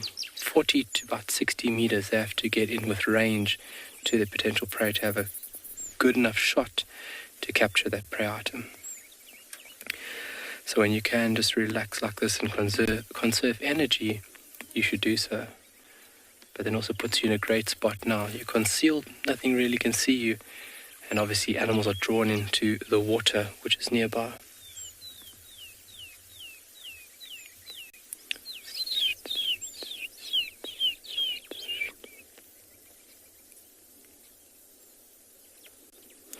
Lucky, what preys on a cheetah in Tswalu? Nothing much, really. Carnivores really don't prey or predate on each other. They kill each other for interest-specific competition, so a certain food source that they would be competing for. One thing that would injure a cheetah and potentially kill a cheetah here is a spotted hyena. A spotted hyena is a very, very powerful and very dominating individual, and if a hyena had to get a cheetah, I'm sure it would put it down very quickly. I've seen the wild dogs chase cheetah countless times up into trees. I think that if a pack of dogs had to corner a cheetah on the ground, they would inflict a lot of damage. And if you think about this cat getting up to top speed is obviously an amazing achievement, but it uses every little part of its body. So if you injure a part of your leg, a ligament, or anything that is detrimental to this cat getting to top speed. So spotted hyena could be a big threat, and then the pack of wild dogs. And then if a leopard had to, then once again it has to be cornered. Whereas a cheetah's not going to corner a leopard, and they would go their separate ways upon seeing each other. Once again, like we spoke of this morning, organisms want to avoid conflict. You don't want to engage in a confrontation. But to answer your question, spotted hyena or wild dog would be the biggest threat to cheetah here, but not predating on them, not hunting them for nourishment, just competition. But if a cheetah sees a threat, it goes opposite way very, very quickly. Very easily intimidated, and they know that they don't have the tools necessary to defend themselves to a very high degree. So rather getting out the area, fleeing is the best option for cheetah.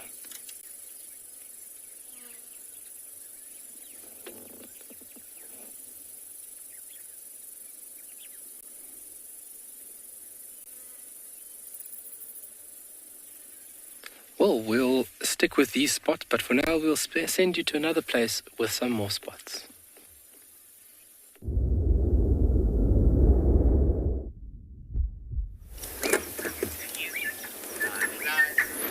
Well, while Carl stays with his cheetahs, we are staying with our young lad. And yes, Franklins, we hear you. There's no need to celebrate. Someone's had a few too many cocktails at the naming ceremony by the sounds of things. Anyway, we're still sitting with Marips. He's taking it very, very easy at the moment. He's watching a squirrel that's bounding along the logs on the rocks. So he's kind of spending his time there. A lot of you might have missed that he was named Marips and how to spell it, so I'll do it one more time just so that everybody knows the spelling of this particular little leopard now, because it might not sound like it's spelled. So it's Maribye, and pronounced M-A-R-I-B-S, Maribs. So there we go. I should be able to help you guys in terms of being able to say it. What are you stalking now? He's stalking the squirrel. The squirrel's running around on the rocks, and I'm not sure he's a huge fan of the fact that the squirrels are on his little patch of turf. At his age, he is going to be starting to hunt things like squirrels, as well as lizards. There's giant plated lizards on these rocks as well that he'll go after. Are you going to bound across the water?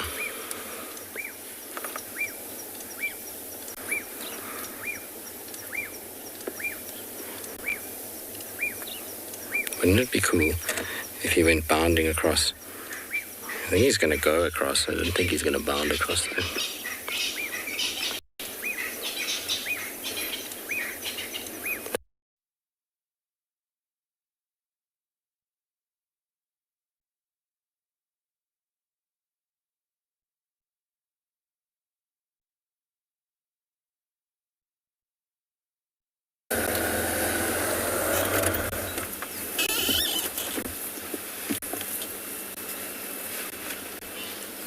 So, sorry about that, everybody, but we've caught up with our buffalo. Sometimes that's what happens when you're trying to film a live hunt, is the gremlins sneak in, especially on a Sunday. And as the light is slowly started to fade, or not fade, but slowly started to get to the afternoon more, the buffaloes are all up and slowly moving in a easterly direction. So, looking at where we are, they're probably going to head straight towards Ngala Dam area. And I'm hoping we're going to be able to get signal, but I don't think we get the greatest signal over there. But it's nice to be able to spend time with the herd, making all sorts of noises amongst us. And we are amongst them right now, which is quite special. The oxpeckers. There's a young oxpecker that started flying straight towards us before, thinking we were a buffalo, and then suddenly had to abort and fly off towards the left.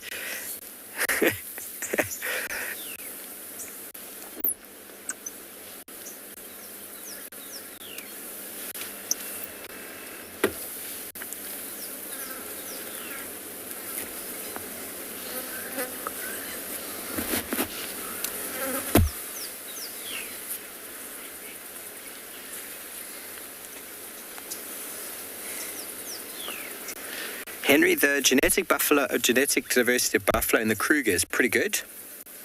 There's no management of it. The herds are very big, and droughts definitely knock off the week. And there are plenty of buffalo in the Kruger. I think there's an enormously large population. So I haven't heard of them having to introduce any individuals. Generally, because Djuma and where we are right now, Buffelshoek is open to the Kruger, greater Kruger. The movement of these animals is far-reaching.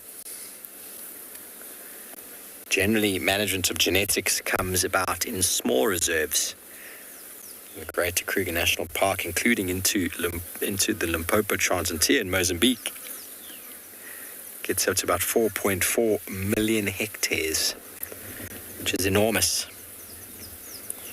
The Kruger itself, just 2.2. And into Mozambique extends enormously.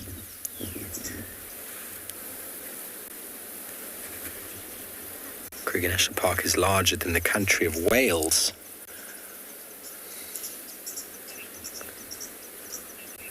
Okay, well, we're going to try to keep up with the buffalo, see what they get up to, but I think they're heading towards the east to go and have a drink.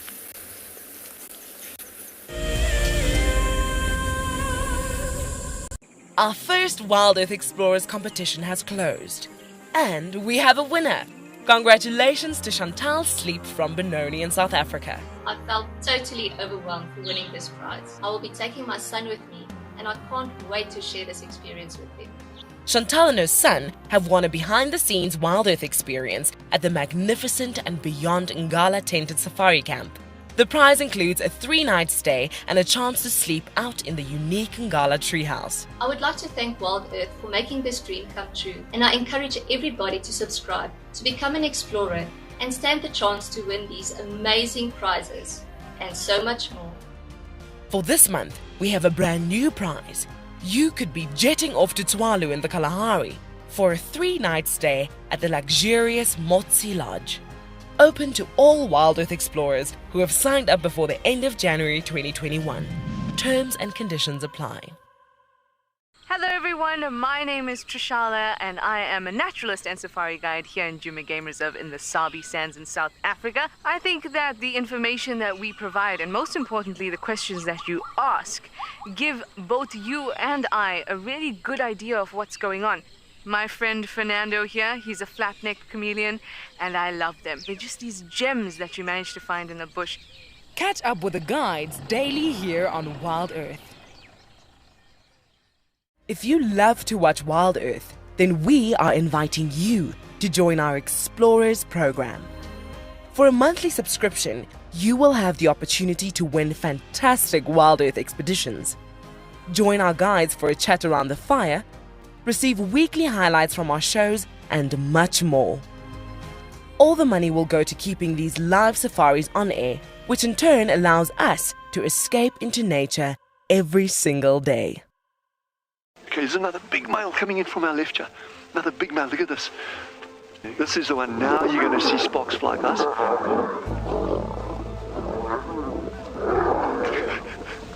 Guys, it doesn't get better than this, eh? Yes. Unbelievable. Africa, I love you, eh? Expect the unexpected here on WildEarth daily.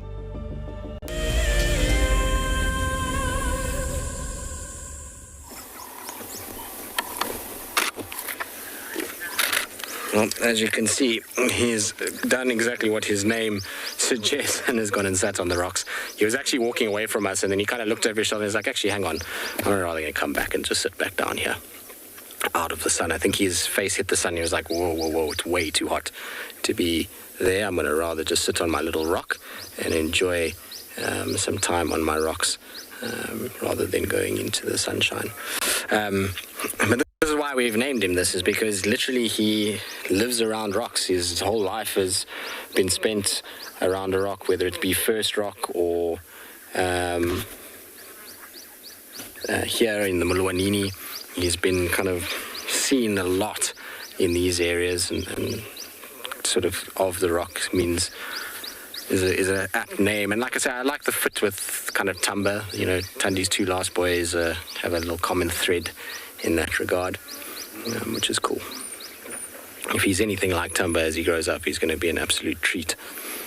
He's a little bit more silly than Tumba was, though. Tumba was a very serious cat. He was like the kind of kid that went to college straight away, got his doctorate, became a successful business person and kind of did everything by the book, whereas his other kind of male that was around at the time, Osana, was the complete opposite. He did gap years and all kinds of other things in his life. He was the more adventurous of the two.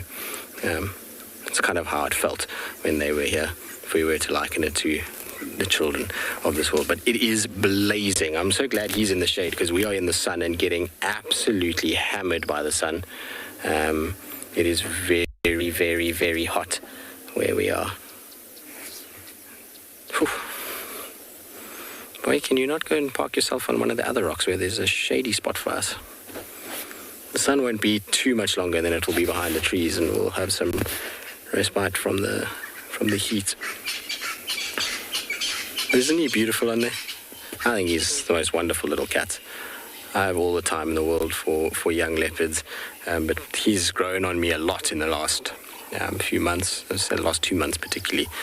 I've spent quite a lot of time with him as well. I've been very, very fortunate to spend a fair amount now with this little guy, and every time I do, he seems to become that much better and that much more open to being viewed and kind of seen.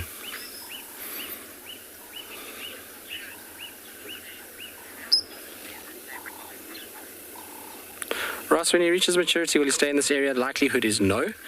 It is possible, but the likelihood is no.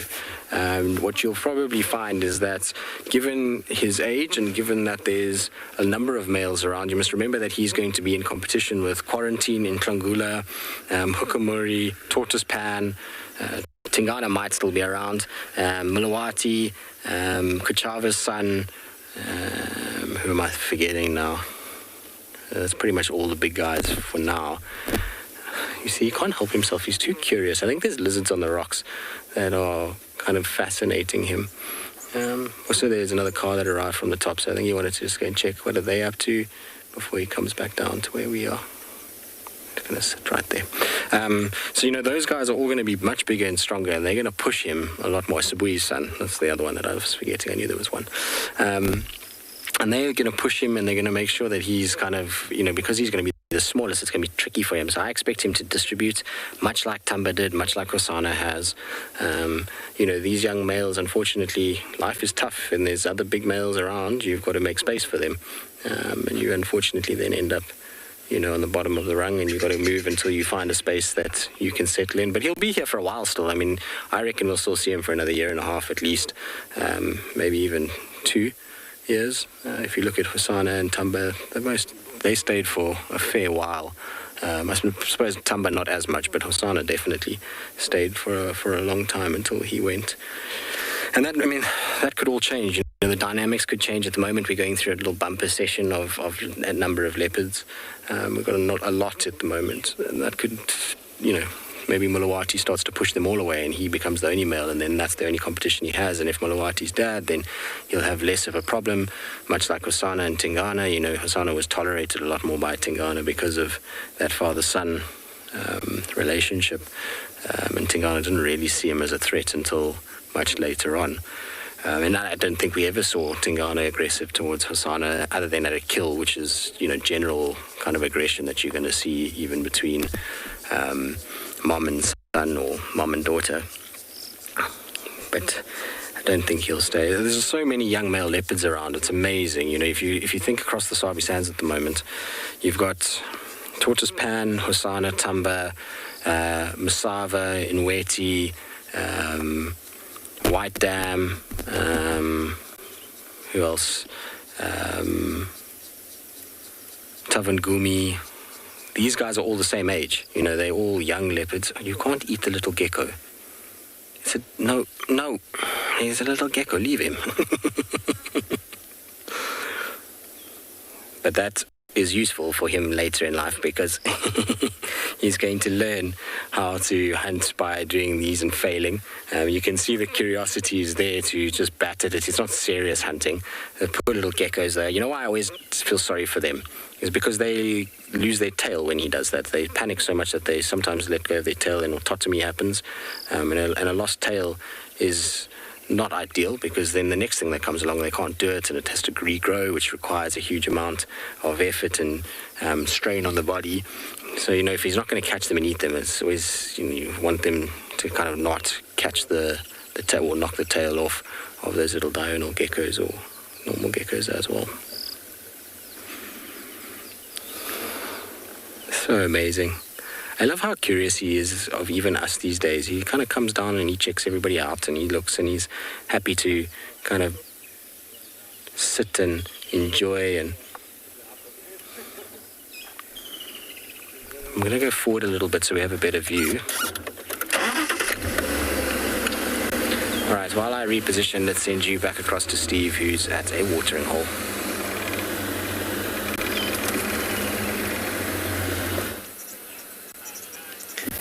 Welcome back to the north, Bilvershoek. Welcome to Rubbing Post Dam.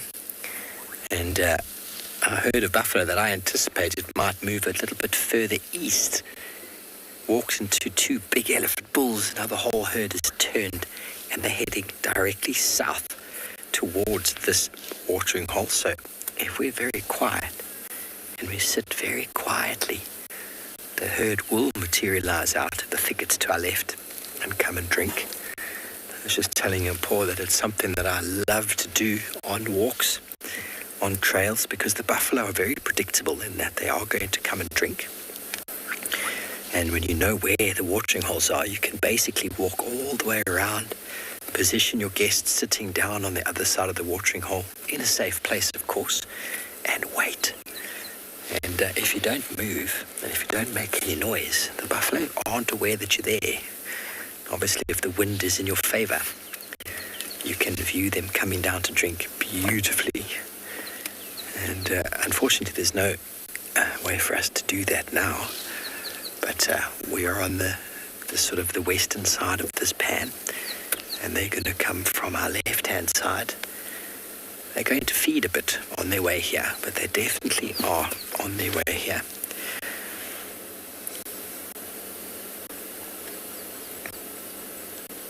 Not going very far. This watering hole overflows into the stream that flows down to Tambuati. So where the buffaloes drank this morning, they actually came past this watering hole on their way up, and then they bedded down in the open areas you saw them before. And it was really funny. 2 really big elephant bulls came to the mix just now, and one smashed a tree down, showed the buffalo who's boss. And then he saw us and he thought, oh, hang on, those guys are bigger than the buffalo. Then he saw him pause. Guns. Hey, Paul, you saw those guns, you are. Not real guns, everybody. Hello, Tandy. I don't actually know how many watering holes we have. Obviously, this is rain-fed. So we've got Sydney's, Jacana, Rubbing Post, Tambuati, Jordan's, Nyala, Lily Pond, Big Dam, Kaimanzi, Hyena Dam, Cruise Camp. I hope someone was keeping count.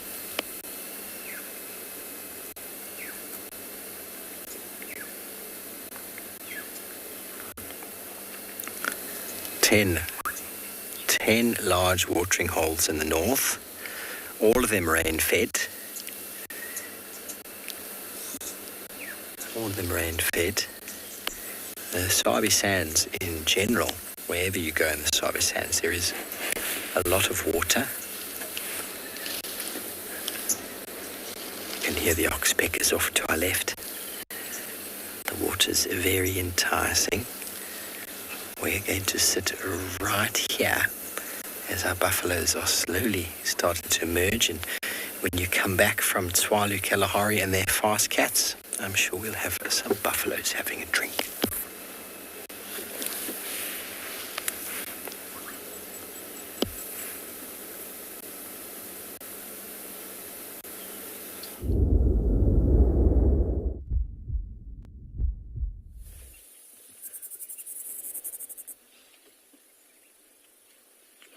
Well, good luck, Steve. We are just enjoying the activity of these armoured ground crickets within this little camel thorn here next to the vehicle. We've got a very obscured view there, but Craig is trying his best to get a clear picture. And they are very busy. There's one there, Craig, in the middle there. It's just sitting still. I don't know if you can actually see it.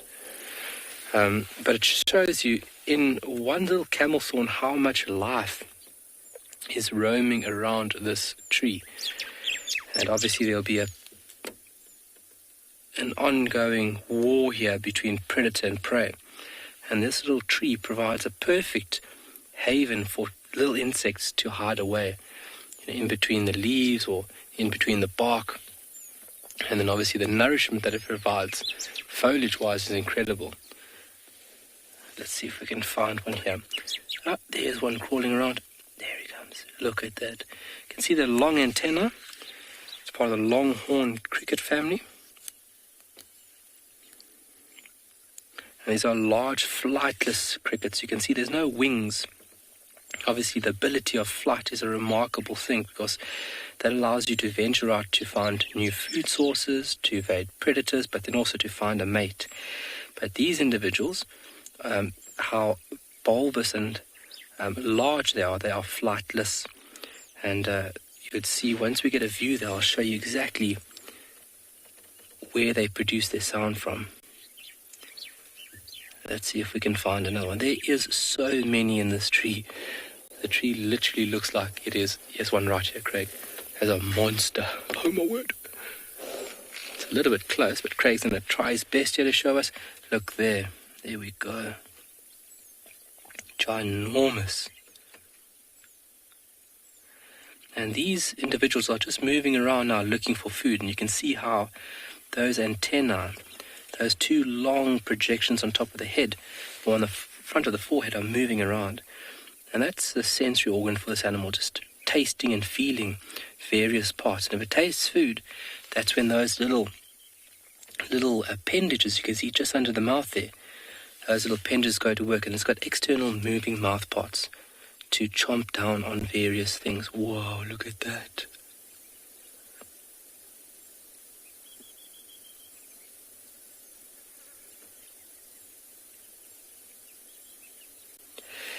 Alice, they are fascinating but also so important. You've hit the nail on the head. They are incredible. Biology, ecology, ethology, you name it. They are so complex. And they've been around for a very, very long time. So where they have suited themselves into different niches or different markets of the ecosystem, they have done a phenomenal job by driving ecosystems around the world. And if you think about plants and insects, they have a very, very, very close relationship with one another. You can see those little holes in the abdomen. You can see Craig giving us a great view. You can see those tiny little holes in the underside, the dorsal side of this abdomen of this insect. That's actually where the insect extracts or takes in oxygen from. It doesn't breathe through nostrils. Insects don't have nostrils like us, but they draw in air through tiny little holes. These little holes could be in various spots across the body. It's making a noise. Listen to that. Wow.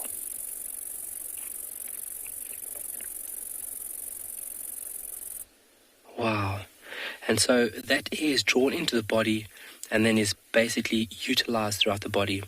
They've got a very different body plan in comparison to mammals, and remarkable, obviously found across the globe, and they are of vital importance, not only for eating and redistributing nutrients, but also becoming a very, very important food source for a host of different organisms. You can see those 3 pairs of legs. If Craig can get us very close, you can see tiny little hooks at the end of their leg or at the end of their foot. And obviously those hooks are very, very important. Like grapnel hooks, they hook onto structures and allow this animal to move through various habitats. Look at that. So that plate in the middle there, just behind the head, just at the back of that plate, at the far end of the plate towards the abdomen, that's where those redundant wings are, and that's where the sound is also produced. Look at that. Spider cricket, spider cricket.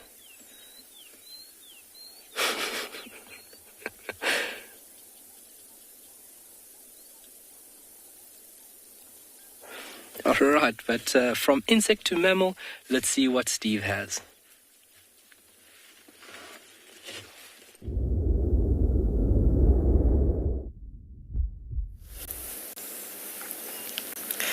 Thanks, Kyle. Well, this is an animal that encourages many insects in the form of ticks and flies. Our buffalo herd is slowly making their way down to the very sloshy, muddy wallow that is rubbing post. They're often quite cautious on approach to a watering hole, and the first individuals to arrive will often be very, very aware, very alert, and eventually the numbers just overwhelm them, and they will just start pouring in from the back. I'm just going to be quiet for a moment, allow you to listen to the sloshing of the mud as some individuals start to arrive.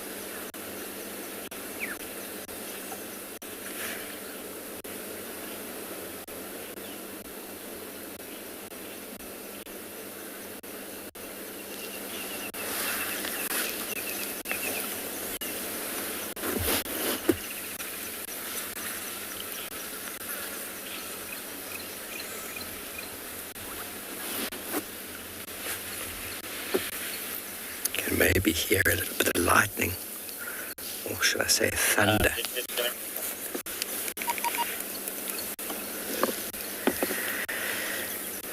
Spoke yesterday about cloud formation, and there's a huge cumulonimbus cloud forming to the west, to the east.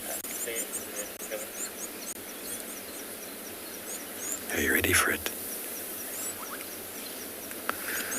Cumulonimbus, characterized by a towering mass of white cloud.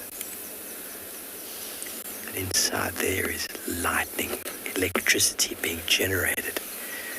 And in comes an Egyptian goose. Oh no, it's a comb duck. Oh, hello, splendid. Wow, look at that.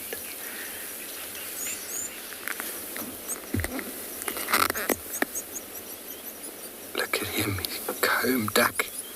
Previously known as a knobbed-billed duck. That extension on his face is completely designed to impress the ladies.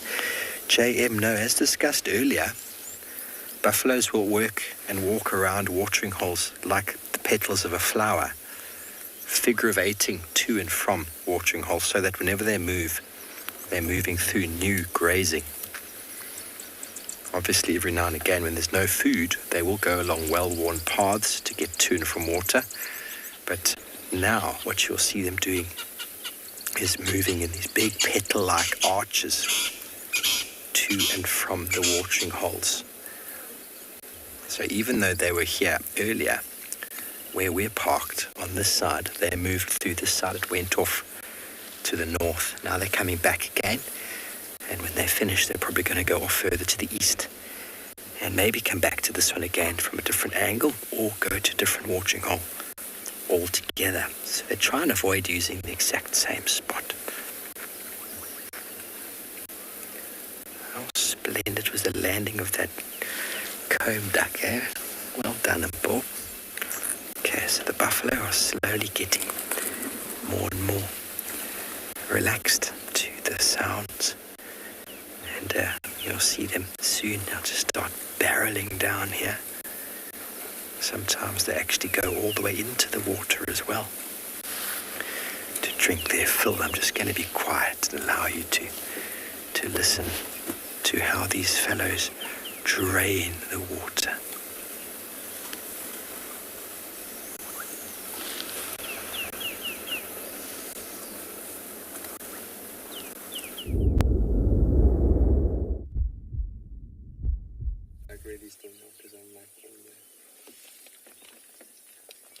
Alright, we have just spotted a predatory bird, very high, and Craig is doing a great job of staying on it. It's busy riding the thermals, and thermals is heat that is rising from solar radiation. Obviously the land heats up and then that air rises vertically, creating this updraft, and that is perfect for raptors and birds like vultures, which utilize these updrafts of air to gain height, scan for available prey down below, or move great distances.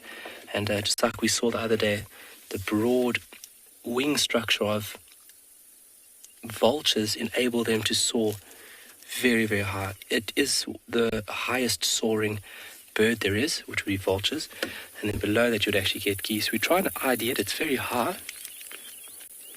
Here.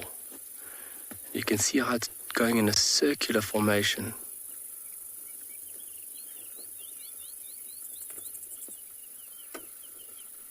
It looks falcon-like.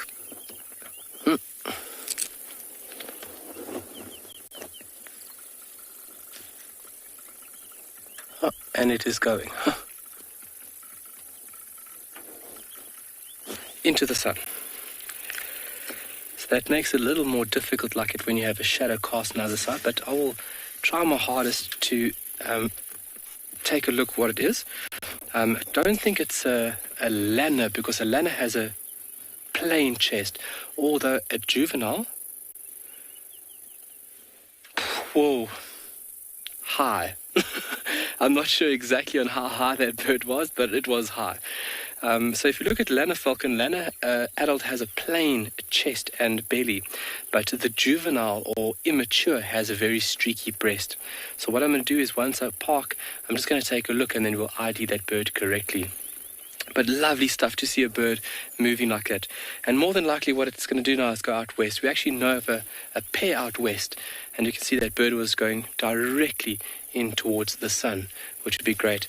And Craig's going to give us a view west of here very quickly. Obviously it was chasing the sun, and the sun is setting west on the side. It sets west in the whole of the African continent, but going towards the sun. But lovely to see a bird utilizing natural ways of moving great distances and very, very high at that.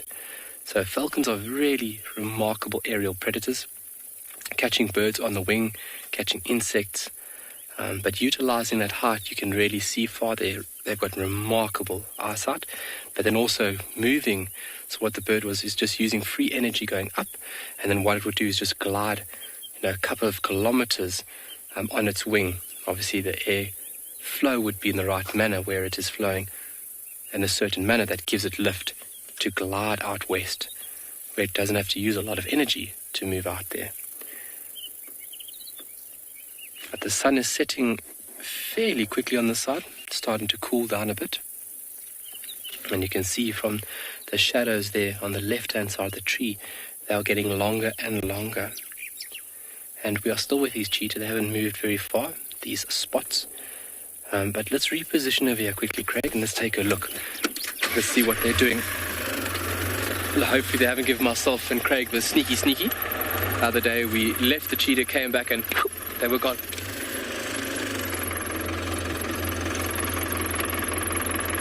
Did you hear that question, Craig? Elton, can you go with the question again, please?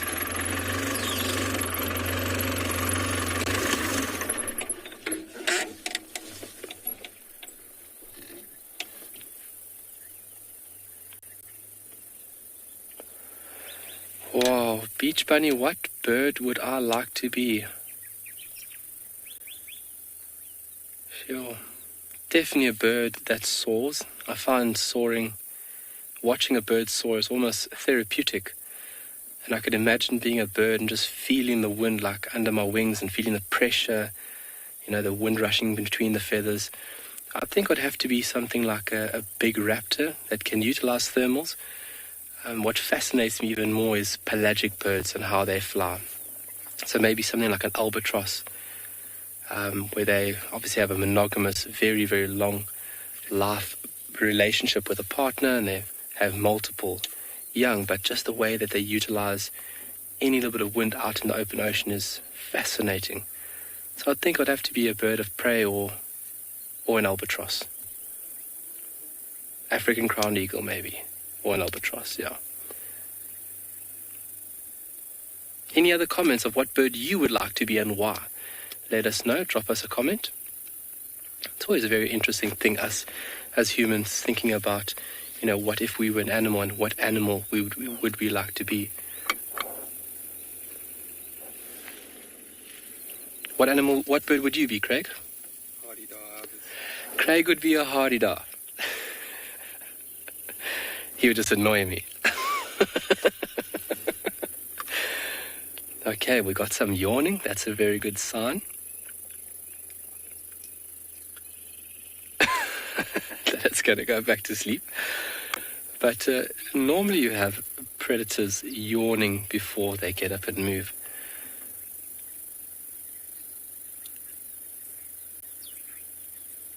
Janet would like to be a red-tailed hawk. If I'm not mistaken, red-tailed hawk is from the States. Red-tailed hawk, yeah. Hawks are very, very agile flying birds as well. Very beautiful birds. Thanks for the comment there, Janet. Red-tailed hawk. Nice.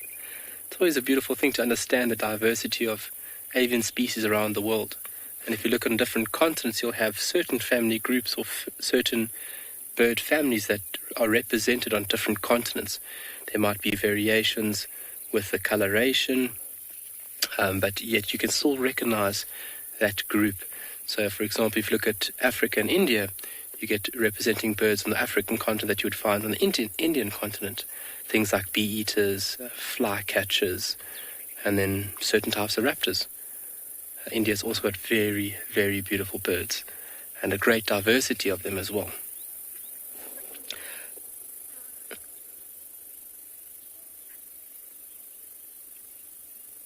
Morningstar says that they would like to be a peregrine falcon, the fastest animal on this planet. Really remarkable bird. When it comes down from those extraordinary heights, it exceeds 300 plus kilometers an hour. And they are like high-speed bullets when they're after their prey. So basically when that protege bird hits its prey is instantaneously lights out.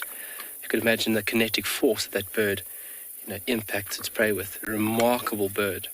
Puts itself into a diamond and it goes into something that they refer to as a stoop. And a really remarkable bird of prey. And think about the pressure on that bird's body.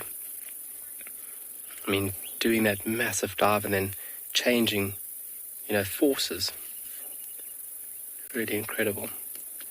So hopefully these spots get up very soon. We are starting to get a bit cooler. And this is when we hopefully will have some hooved ungulates move through here. But if we don't and they get up, we would be grateful just for that.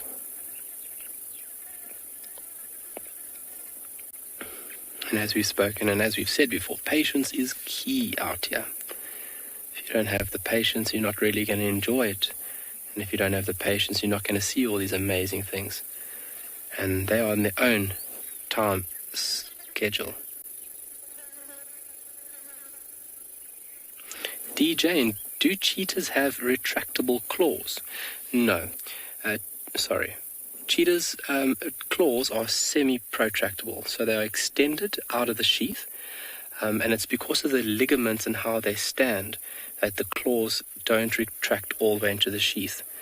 And those claws are very important for when the animal is accelerating, just for extra grip, but then also for extra grip when this animal's taking these high-speed turns, just to give it extra grip to stay on point behind this very agile hooved ungulate.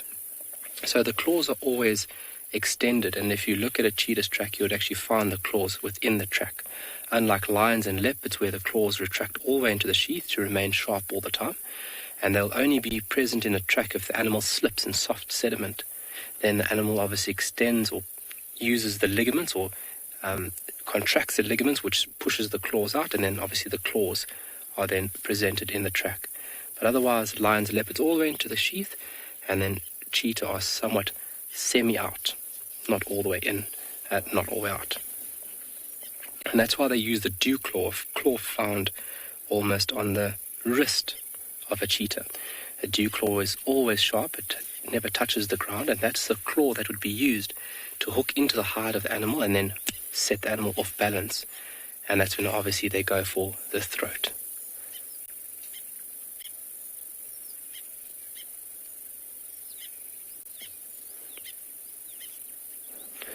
All the clouds coming off here from the east. There's some big clouds in the northeast of here. Craig's going to show us now.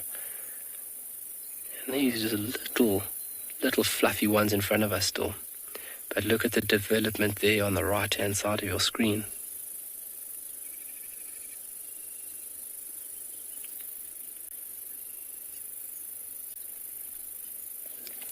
Alrighty, so from spots in the mix of things to rosettes in the thickets. Let's send you over to Tristan.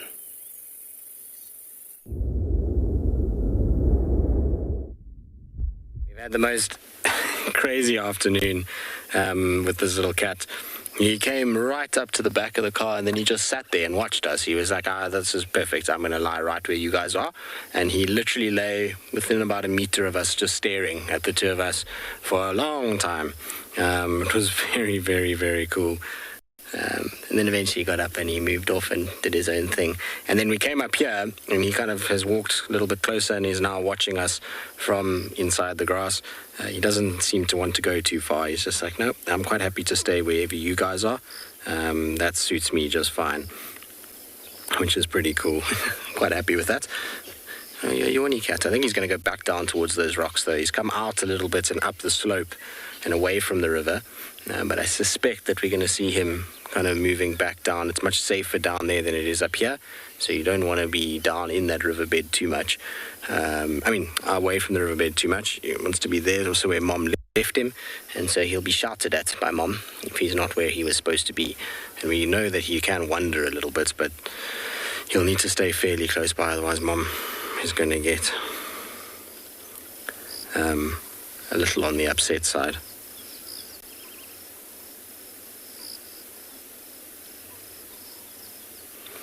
There we go. Back down he goes.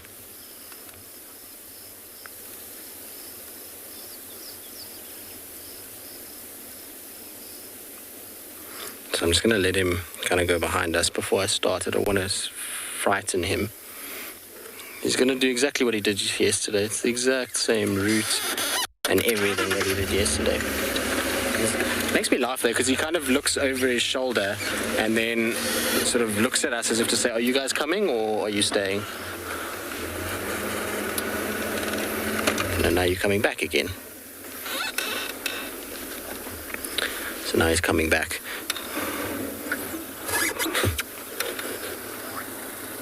It's like he wants to almost play little games. You see how close he comes up to us? Amazing, isn't it? And then he just lies down and looks at us. He's a cute little cat, this.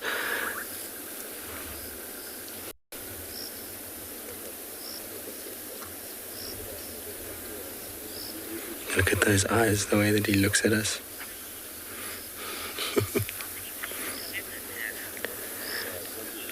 Lee is asking about how many teeth do leopards have. So leopards, much like most carnivores, well, in fact, actually not much like most carnivores, because lions have a different set of teeth. I think it's 32. I must just double check though. I think it's 32 though. Let me just. I wonder if I don't have my book with me. I have a book that shows the canines, but I'm pretty sure shows the teeth, but I'm pretty sure it's 32 teeth in a leopard's mouth. Obviously they've got the canines, they've got the molars, premolars, incisors, but I'm pretty sure it's 32. Somebody will be able to check it on the interweb and let us know. His teeth won't be his adult teeth yet though, so when you see him yawning like that, although actually he should have now. I forget how old he is. It's crazy how time is flying. It's cool when they get their adult teeth though. You see sometimes you get like double canines, where they've got their little baby ones are going out and the big ones are coming through. But I think he might have his adult ones already. They look quite long and quite white to be his little baby teeth.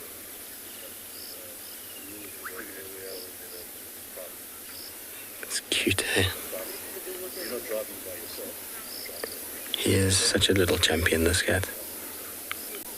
I'm sure he's going to stand up again now. There we go. Are you going to come say hello, or are you going to go the other way again? Just give him a chance to get onto the road before he gets...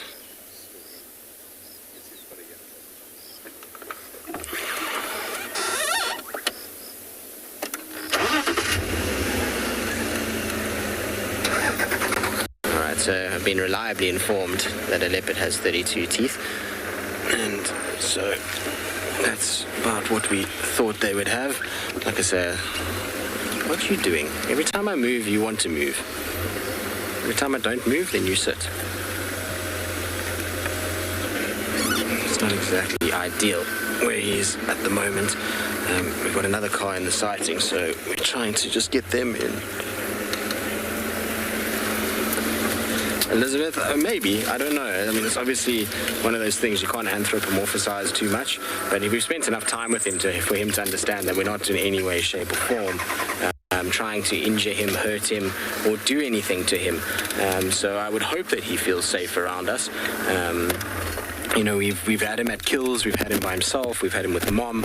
All of those things are going to help with him relaxing and understanding that we're not something to worry about.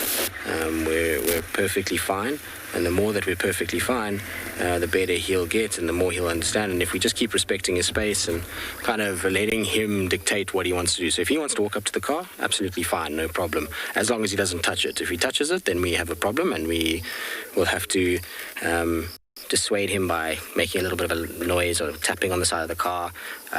Those kind of things will often dissuade a leopard from touching it, because ultimately we don't want that behavior to be worked into it. You know, we're in open vehicles.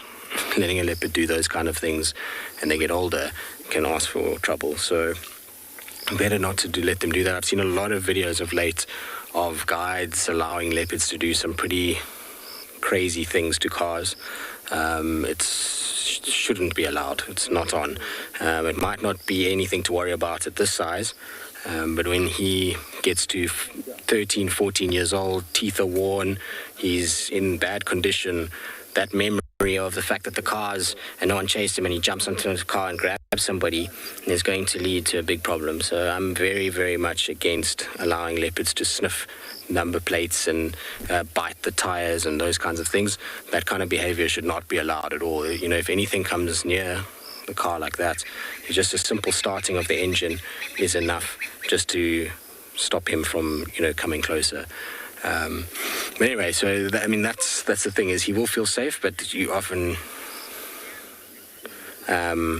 just got to be aware and not allowed to go too far. Anyway, we're going to sit with him. Sounds like there's another spotty cat at Phinda, so let's send you across to them.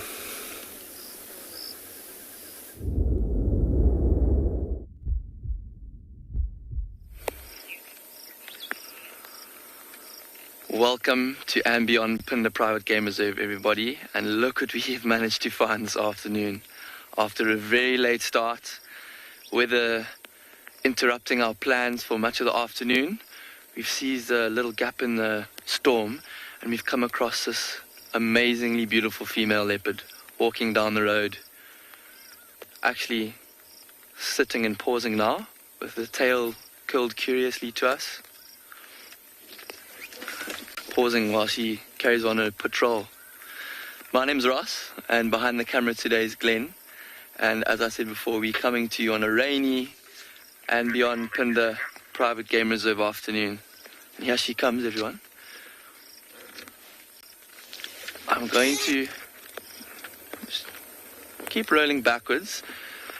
She's been walking quite steadily along this road for probably about half an hour now, and we've been on and off trying to get pictures of her because she's been walking along a very rocky ridgeline as well alongside the road. It's been difficult to follow her and film her over.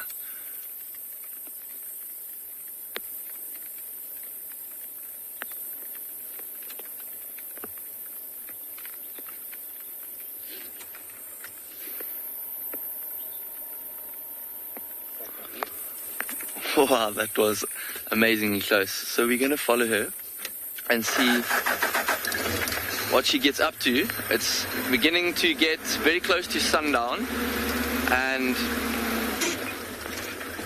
she's probably beginning to set on going about her territorial patrol.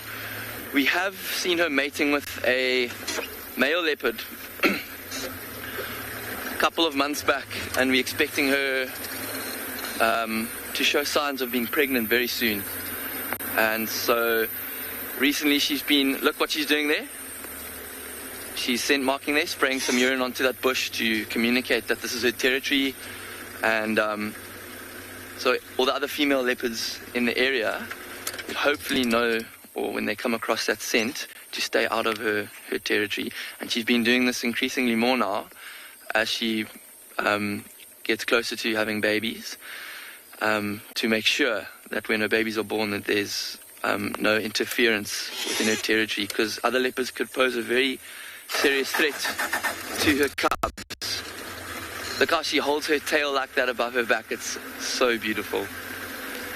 Imagine you're a little leopard cub now following her through the grass. It's so easy to tell which direction your mother's going because you just follow that beautiful follow me sign. Pure white.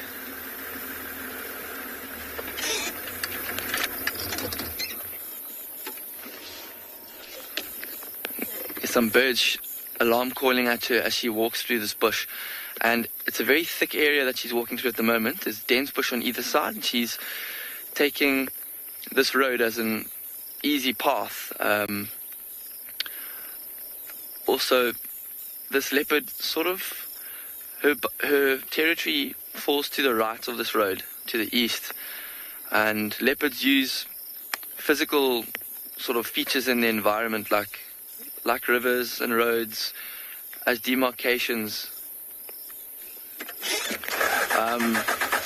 to form the boundaries of their territories. And so that's another reason why she's walking along the road, because this may be the boundary of her territory and she'll patrol it. But she's covering ground quite quickly, and I'm going to keep up with her. Hopefully the signal stays strong for us, because we have been battling a bit with that today.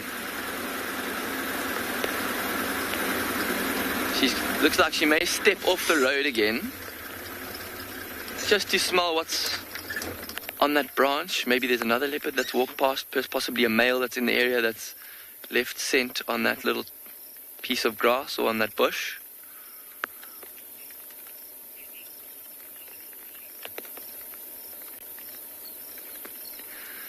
And yes, she does look like she's got black spots on. Or, sorry, rather black socks. Because I think maybe she's been walking through this dew, or it's actually rain, and makes her feet look a little bit darker than it usually would seem, and muddier. Now, look, she's stopped now, and actually just as we were talking about the moisture on her feet, she's taking a little time to lick it off. She probably doesn't find it too pleasant having such wet feet, and she's going to carry on. Doing a bit more grooming on that spot where she just lay as well. So she's really not keen on being wet, like most cats, I guess. And if you have a look at that stomach, still quite thin. She's probably about a month and a half or 2 months ago that she was mating with that male, so hasn't shown physical signs of being pregnant yet. Maybe in a month or half a month, if she did fall pregnant from mating with him, she'll start to have a sagging belly, and then we'll know for sure that she is pregnant, and that would be super exciting. We haven't had leopard cubs on Phinda that we viewed for a very, very long time, especially relaxed leopards, and she, as you can see, is super relaxed with vehicles. And so if she does have cubs, her cubs will learn that from her. They will not necessarily learn to run from vehicles, like a lot of leopards in this area. Oh, there she's going to take a big whiff of scent from that branch and spray her own on that magic worry tree as well, just leaving her own little signpost. And I don't know if any of you viewers at home have ever smelt what a leopard scent mark smells like. It's this amazing smell. It smells exactly like buttered popcorn.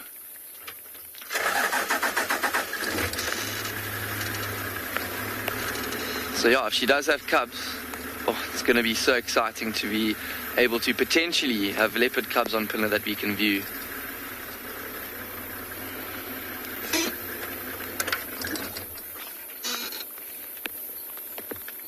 Look how her ears are now pointed backwards towards us and towards something that she's heard behind us. Although she's looking forward, she's listening backwards. She's taking in all of the stimulus that's she's receiving from the environment around her. And she's even panting a bit. She's walked so far. And she's starting to show signs of a little bit of exertion.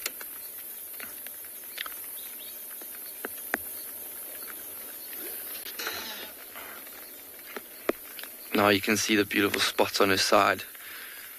We've been following her for quite a while now. Oops. Let's just try to get another view of her before we lose her completely. Matt Yardley for us, Matt. We've relocated here on Main Road. She's going to head east again towards Optional. Copy, I'll make my way.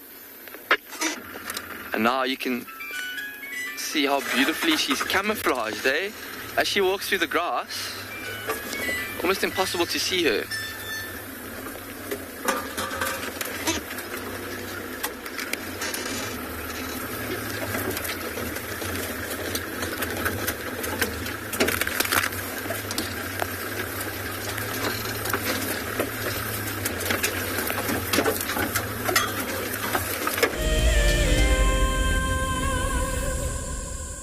Have you been watching WildEarth and dreamt of being right there on safari with one of the guides? Well, now you can. WildEarth is offering you a chance to buy a ticket to dream. You or a friend can hop on board a live WildEarth show and join our guide on safari. The ticket is redeemable at any of our locations, anytime in the future. Only a limited number of tickets are available, so don't wait. Get your ticket now and start dreaming. Terms and conditions apply. Okay, there's another big male coming in from our left here. Another big male, look at this. This is the one. Now you're going to see sparks fly, guys.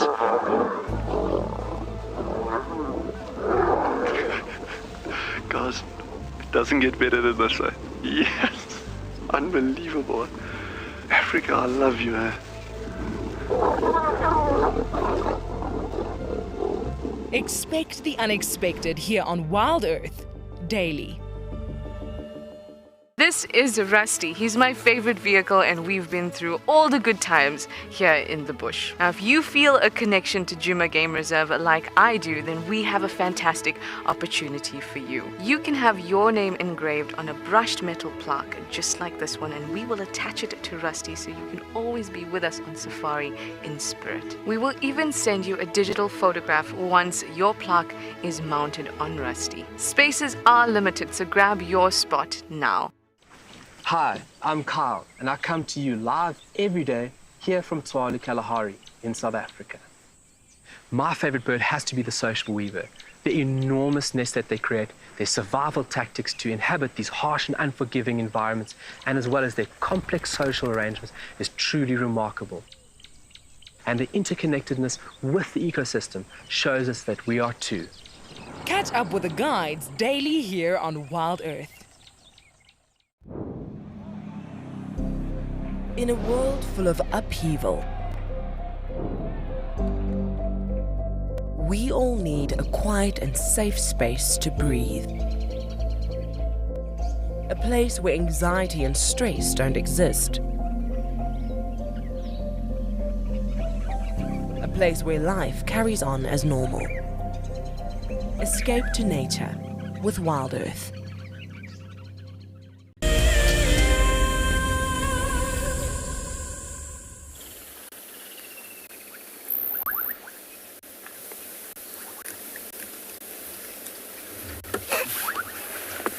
Welcome back to Rubbing Post. Damn, everybody, we are.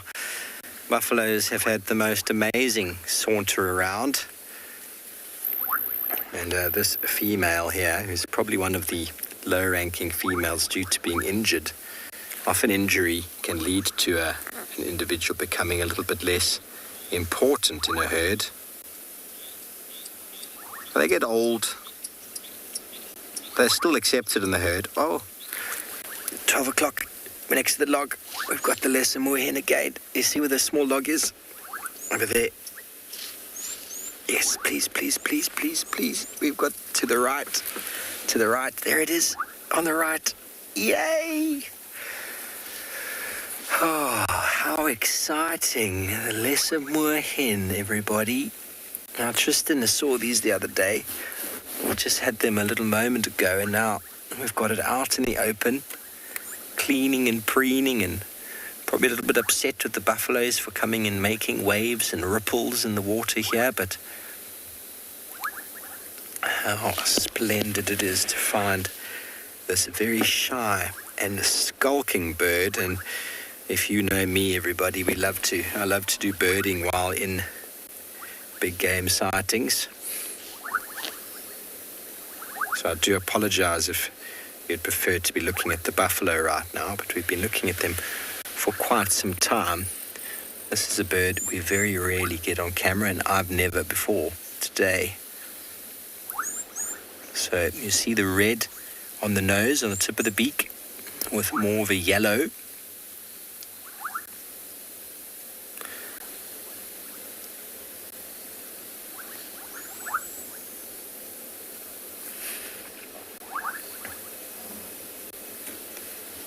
Obviously you get the common moorhen.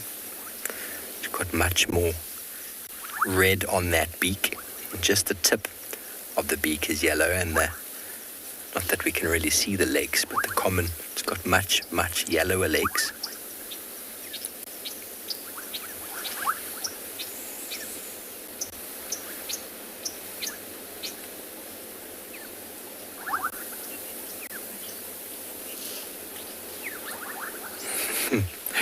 Bridget, we had some mud wallowing on our way to this pan. There was a big bull who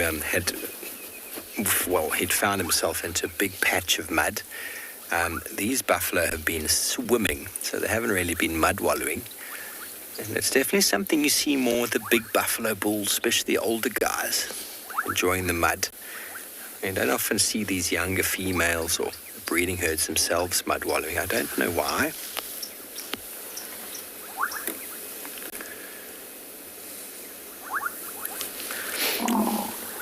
So this is a very uncommon bird, everybody.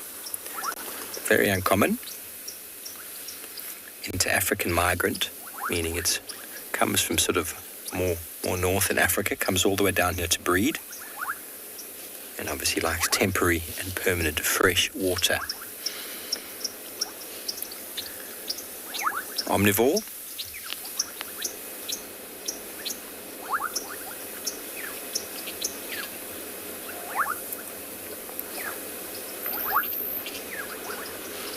Walks around the edge of these little puddles, and also with their big feet they're able to walk on the lily pads. Can also swim, feeds on beetles, other insects that might be accumulating on the flooded vegetation. Also eat seeds and flowers of the reeds, and also mollusks to a degree. So now Tristan's going to be very excited we managed to get this on camera. He was trying the other day. I've tried.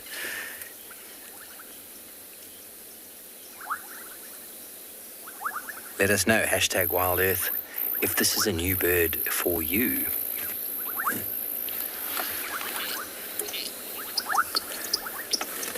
Kylie, well, I'm super excited to hear your bird list is getting bigger, especially with the introduction of places like Phinda, the Mara, as well as Tswalu Kalahari. Lots more birds to be encountered in those places.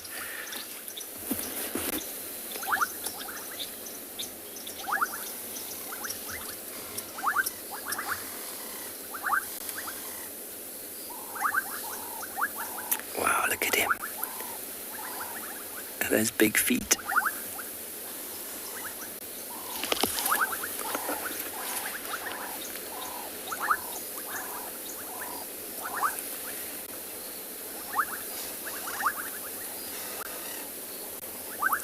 Okay, so the male's only a little bit bigger than the female, so there's not really much to go on with regards to the difference in sex, but we're going to stay here with this moorhen, maybe with our buffalo as well, and send you over to Tristan, who's still with his young leopard.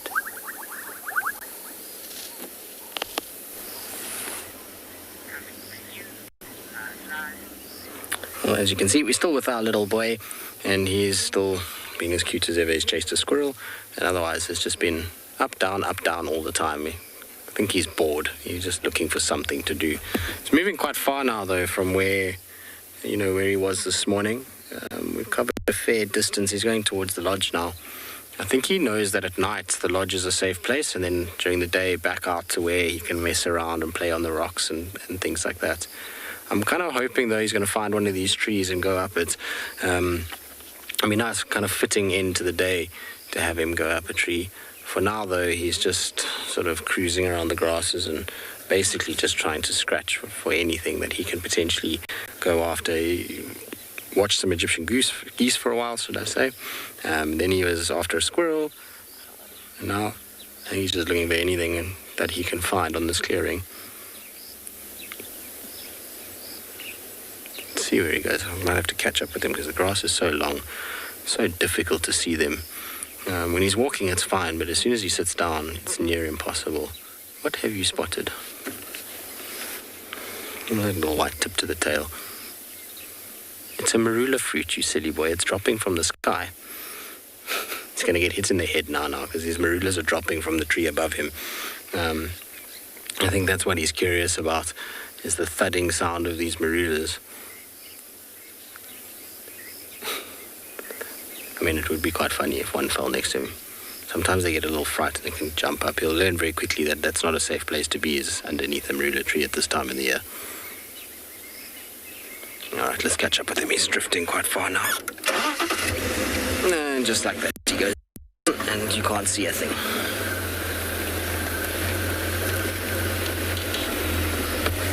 It's amazing how quickly they disappear. I'm not going to make the same mistake he is. I'm going to go round the tree because I don't want to be pelted by a marula this evening. So the ellies have made it nice and short here. They've been under this tree. Behave yourself, marula tree.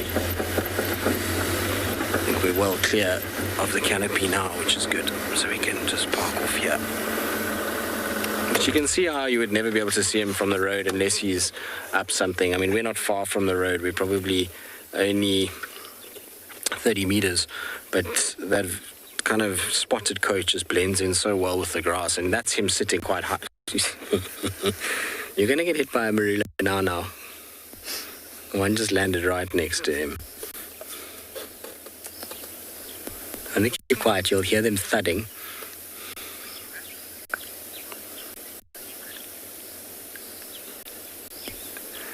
Okay, well, we're going to sit with them and see what happens. Maybe a marula will drop. In the meantime, let's send you across to Tswalu. Apparently they've got a bird.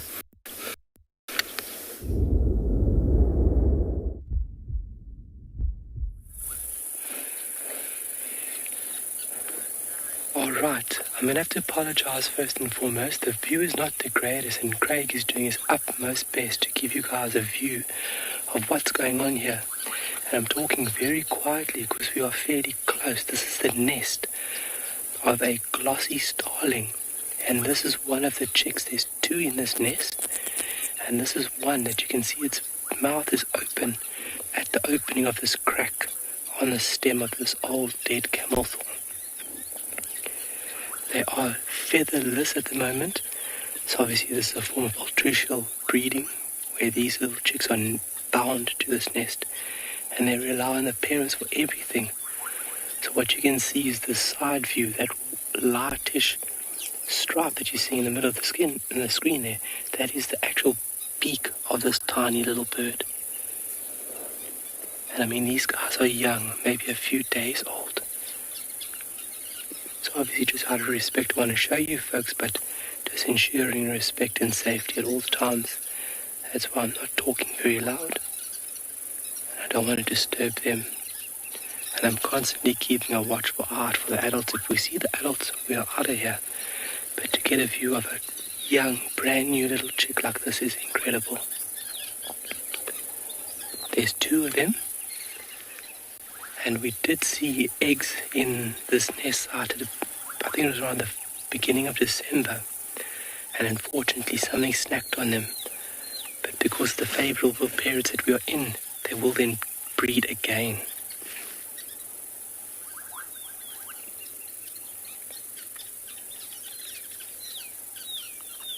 So typical laying dates anywhere between September and February, and then there have been recordings, by my knowledge, to individuals.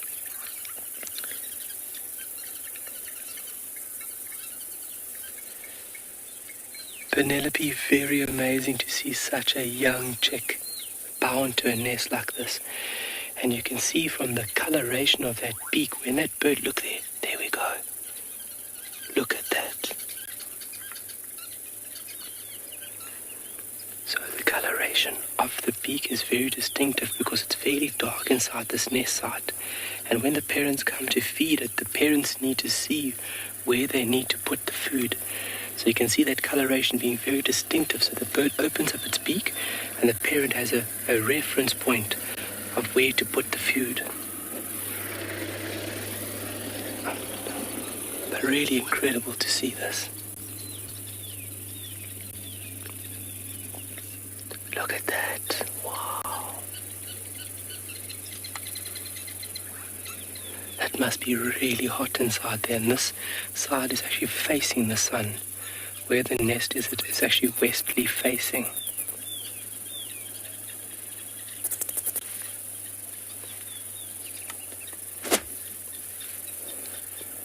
And they are almost totally naked. They've got a few little feathers on them at the moment. Craig did say he saw an eye slit. Partial part of the eye was starting to open. So it shows that they're still very, very early stages of development. And these little ones rely solely on the parents for everything that they need. Oh my word. How incredible is that? But we're not going to overstay our welcome. We're going to take another little few more seconds, and then we're going to leave these lovely individuals to be.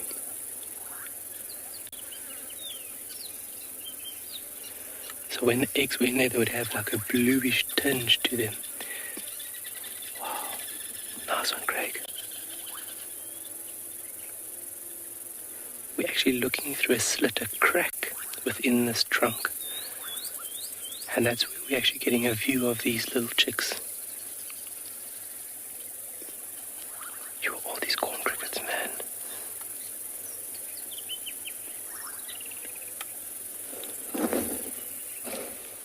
Wow. So you can see how illuminated the circumference of that mouth is. Certain birds that nest in holes have special markers called gape markers on the left and the right hand side of the mouth that are actually brightly colored. So when the adult enters the dark nest environment, these markers are clearly visible to the adult, and the adult knows exactly where the food needs to go to reach the chick.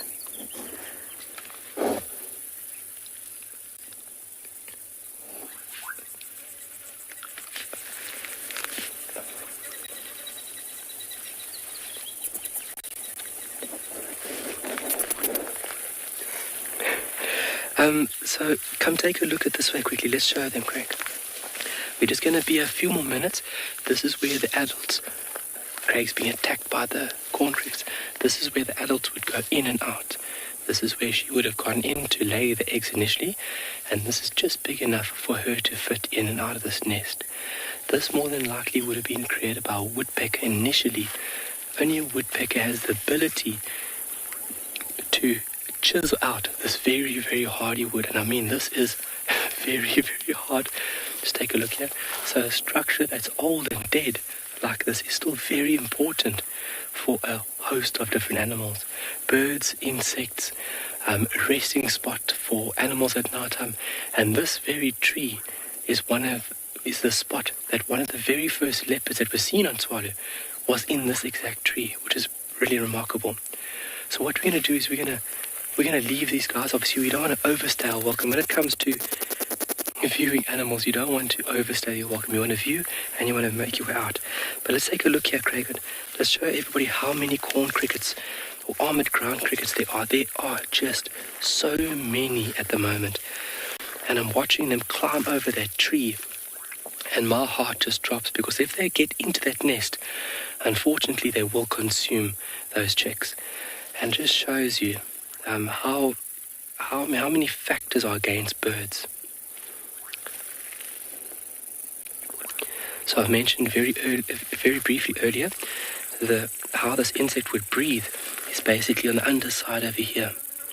Little openings called spiracles, and those holes enter an area called the trachea, and basically this tube runs the length of the body, and that basically allows oxygen to flow throughout the body. Everything is bathed in blood. They have no massive separation. Everything is one, almost like one sealed unit where everything is bathed in blood.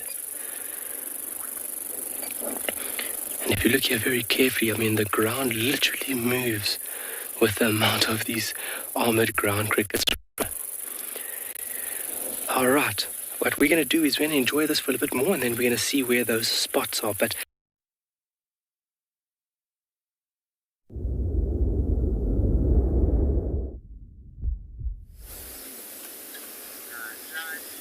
we're still with our this little leopard, and he's been making me laugh because these rulers are hammering down and they are landing all around him, but he's kind of just said, you know what, I'm not interested. If it hits me, it hits me. But he's got this sort of stern stare every now and then up at the ruler tree, as if to say, I'm warning you, don't do that again. Otherwise, I'm coming up there. I think he's lucky that he's sitting a little bit off the edge, so they're landing kind of towards his tail rather than his head. I think if one hits him on the head, he's going to get the message and move pretty quickly. But I'll keep quiet for a bit because it's a nice time of the day. There's lots of nice sounds coming from the dam and the ruler tree thudding. I'm sure you'll be able to pick them up if we keep quiet.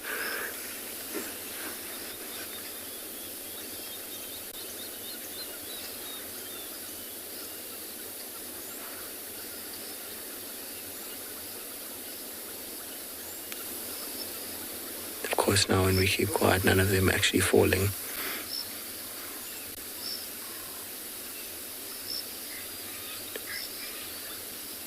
It's been pretty constant while we've been sitting here, but there's no wind to speak of, so I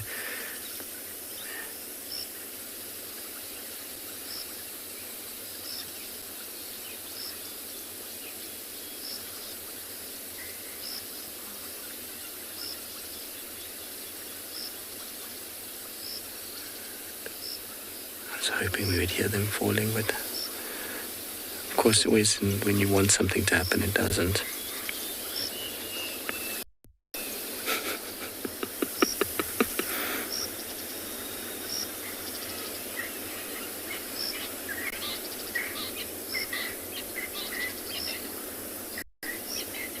Hoping also for a second when he stood up that maybe Mom was coming. Wouldn't that have been a nice way to finish? Just to have Mom arrive, kind of call him out and get that reunion between the two. I was watching something. Maybe an elephant.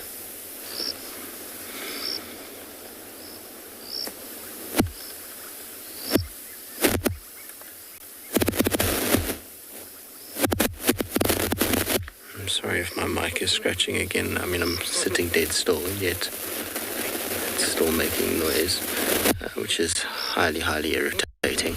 All right, so we'll stay with him. We'll see what he gets up to, see what he's looking at. Hopefully there will be some sign of Mom before the evening closes out.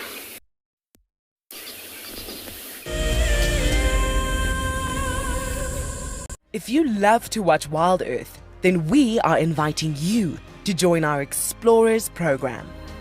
For a monthly subscription, you will have the opportunity to win fantastic WildEarth expeditions, join our guides for a chat around the fire, receive weekly highlights from our shows, and much more.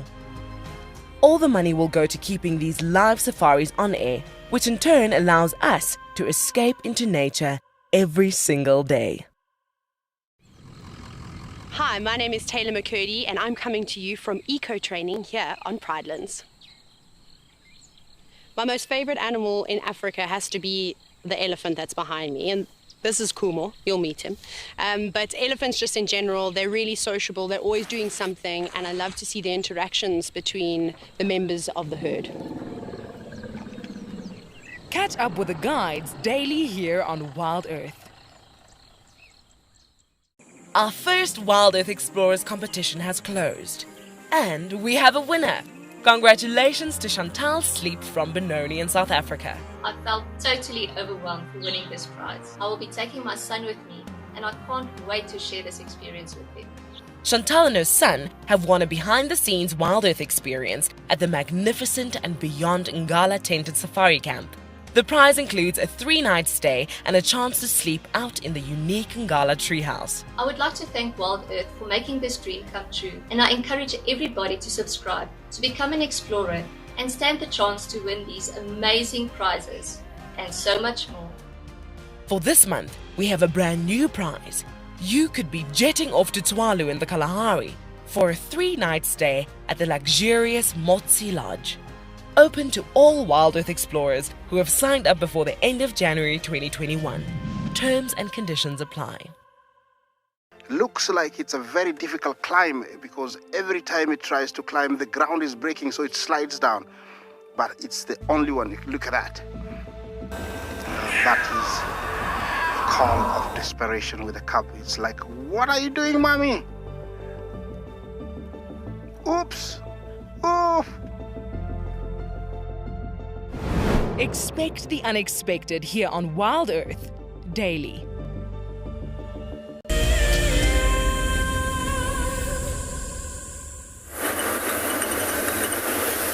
Welcome back, everybody. We have finally moved away from rubbing post. I'm going to see if we can maybe catch those buffalo again on this road. Almost didn't think it was coming. We do have a massive branch stuck under our car that I couldn't get out, so I knew he wanted to come to me. Oh, there we go. It just needed acceptance.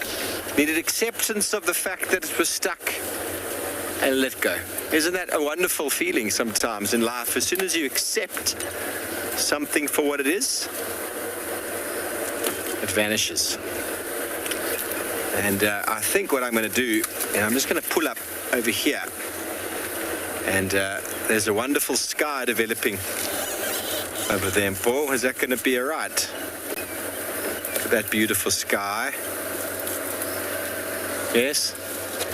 And let's just show you with the tree. Beautiful sky. It's definitely that time of day. Time for a moment of reflection. It is the end of the month, January 31st. It's a Sunday. What intentions are you going to be putting forward for February? And what are you going to let go of? What served you and what served you well and what hasn't served you at all? Put a very interesting post on Instagram today with regards to exactly that. So feel free to go and have a look, and also feel free to sit back, stretch out your legs, take a deep, deep breath, and just enjoy.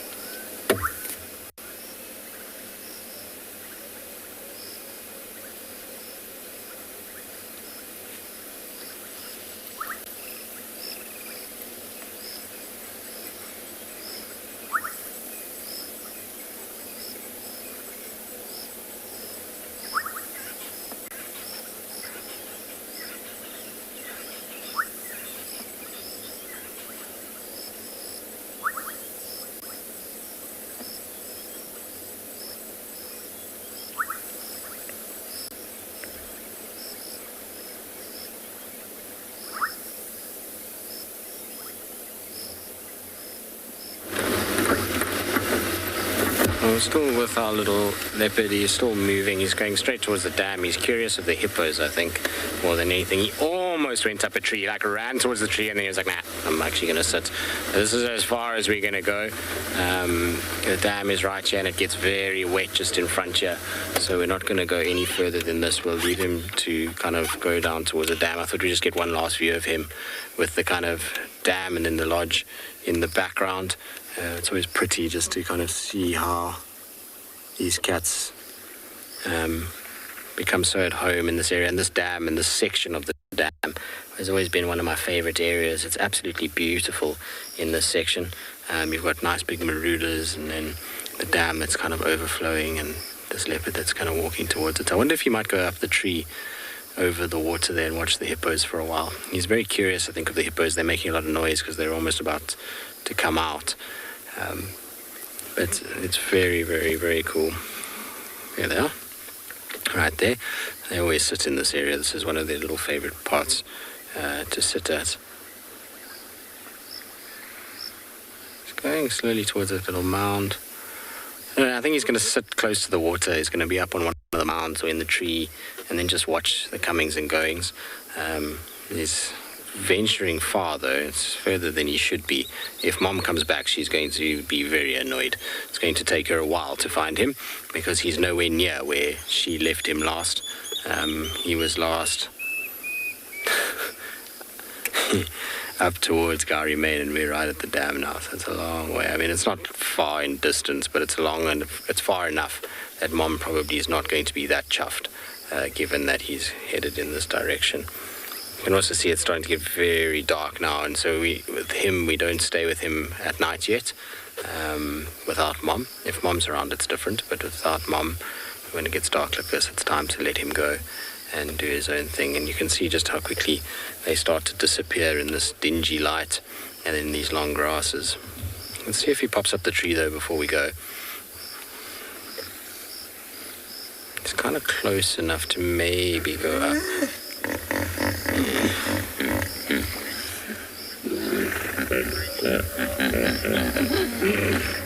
David, it's a leopard finding his place in nature. It's always a nice thing to see, isn't it? To watch a young leopard figuring out his environment and kind of how everything fits together and works. I always think it's an amazing kind of part of what we get to do, is that we get to see so much of these guys growing up, and how they go about it. But I think he's just curious of the hippos more than anything else. This is not a place for him to drink, though. He must be very careful here. I hope he doesn't go down to the water to go and drink, because the crocs here will take him. So this is not an area for playing around in the water. You know, if he wants to drink the Mulawanini, there's got nice fresh flowing water that is safe. This is not an area for him to drink or mess around. But he might just be, like I say, curious of the hippos themselves and just kind of watching them more than anything else. I was hoping he was going to pop up the tree, but he hasn't popped up. Squawko heron. Oh, it's been a long time since I've seen one of those. Very cool. You can hear it calling as it's going. Thought I heard them earlier, but I wasn't sure. We were a little bit further away. But nice. All right, so he's gone. He's disappeared in that long grass. And like I said, it gets very wet there. It's right in front of the camp. I don't want to leave big ruts or marks there. We've had a wonderful afternoon with him, and it's getting dark. It's close to the water, so I don't want to attract any more attention to him than we have to. It would have been cool to have him and the hippos as like a little two-shot. But it's unfortunately the conditions that we're in at the moment. We just need to be respectful of the area and not make a mess. All right. Well, we're going to carry on. We're going to see you just drive back the way we kind of came with him, just in case Mom is around. In the meantime, though, let's send you across to Tswalu with their spotty cats.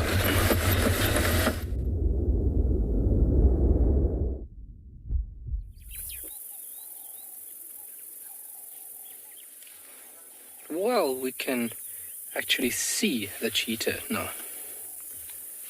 This one brother has moved into a very favorable position for us to view him. They're slowly starting to wake up, and now this individual is scanning the area around him, doing a little surveillance.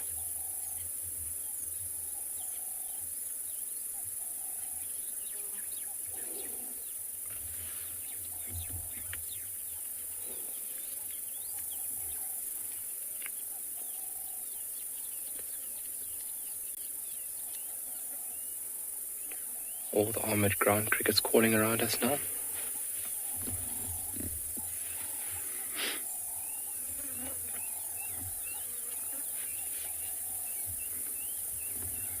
The other brother doesn't seem to have the energy as this one does. The other brother still flat in and amongst that vegetation where we saw them earlier.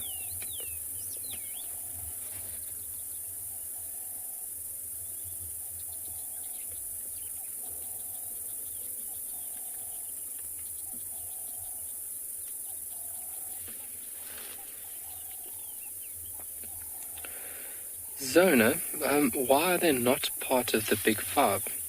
So just a little background on the terminology. The Big Five actually stems from the hunting industry, unfortunately, and then it has been adopted into the conservation and game viewing industry. So the Big Five terminology originates from the 5 most dangerous animals to be hunted on foot, and that would be the leopard, the lion, rhino, buffalo, and then the elephant. It's not due to the size, and cheetah weren't really on the high ends of hunting, and they are very skittish animals, so they would opt to flee before you could even see them, although they were hunted quite a lot back in the day. So lack of aggression, they weren't seen as a very dangerous animal to hunt on foot, and so they weren't categorized or included into that Big Five terminology. There's still parts of Africa where cheetah are hunted. A certain number of quota are set out on a yearly basis. South Africa, it's a total ban. You're not allowed to hunt cheetah in South Africa, which is great. Conserving and protecting these endangered species is what we need to do.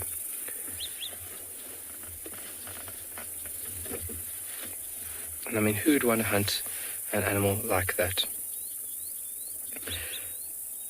Back in the day, the removal of large predators was a very, very big thing.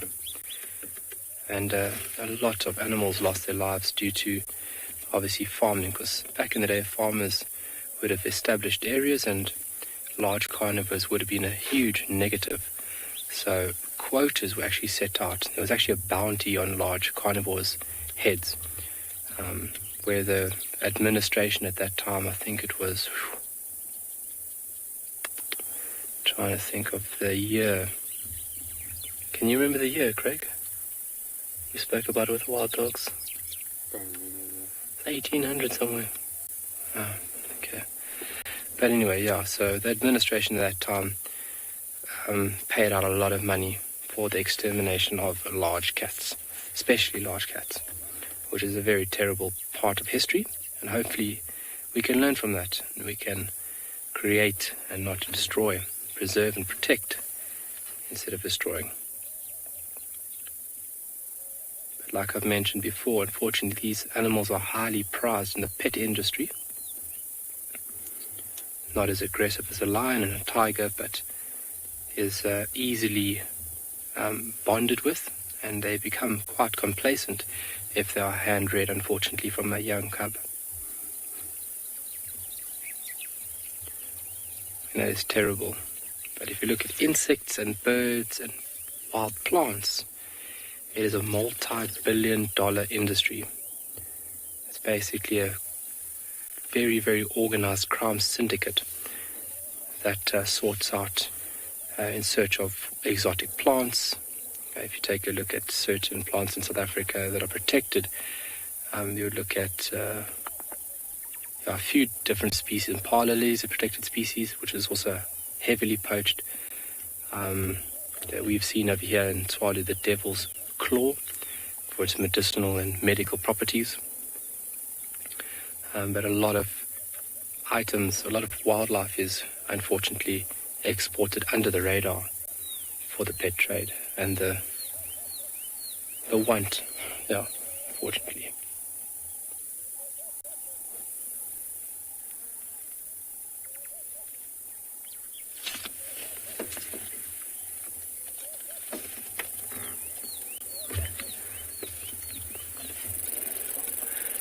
FCI, just we've got the beginning part of the message, or the question from CNAC. How do they blend into the environment? And then it kind of broke up there. So maybe if you can just re-go with the question again for me, please. Or the comment.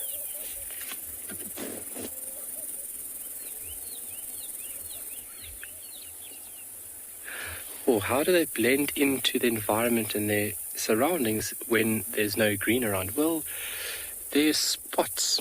Their spots are a remarkable adaptation. So if you look at spots and you look at stripes, those are what we refer to as disruptive markings. And for example, if I had to have a jaguar, for example, sitting next to the cheetah, and we had to go 1 kilometer back, and we had to look onto those two animals, you'll find that those spots actually disrupt your visual aspect of the animal, and you would see the darker subject much easier in comparison to the cheetah. So those spots really disrupt your visual aspect and allows the animal to blend into the environment. So even if there's no grass, from a distance, that animal's general outline is broken up and it disrupts your view. So there doesn't need to be grass for this animal to be concealed. They'll use cover, small bushes, small laying shrubs, just like on the right there. If you just, Craig, just zoom out a little bit for us. Just go to the right there, you'll see that shepherd's tree to the right there, look how low laying that shepherd's tree is. So that would be perfect cover if that cheetah was on the left or right side of that tree. And then just its general understanding of how to blend in. So cats are very sneaky, having free-flowing shoulder blades. That's how leopards and lions and cheetah are able to get so low. And if you keep a low profile, you also blend into the environment as well. And that's why you find antelope having peripheral vision, side vision, and their eyes are set on the side of the head. That's to give them an advantage of their side surroundings. But they are well adapted to the Kalahari, especially in the more arid areas. But while we enjoy this scene, let's go take a look at a big hooved ungulate.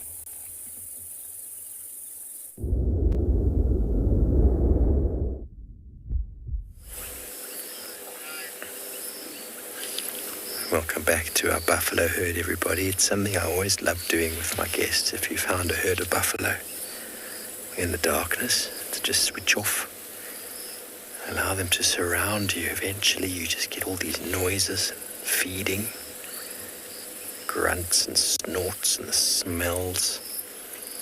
I really do like the smell of buffalo. Growing up, my favorite thing to do was to go to my grandfather's farm and milk the cows. That was my best and most favorite time. Get up in the morning and run through to the milking shed with my red gumboots. And so, spending time with buffalo, I often get that smell. And those memories flood back.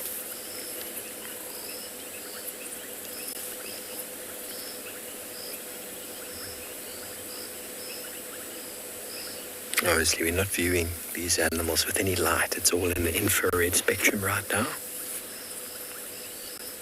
Watch them go about their business. The garden service has arrived. It'll be nice if this herd hangs around for a few days. Mows the lawn a little bit.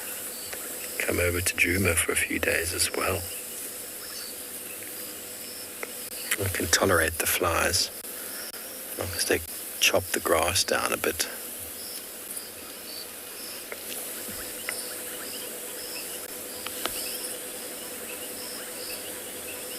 This one's not so certain.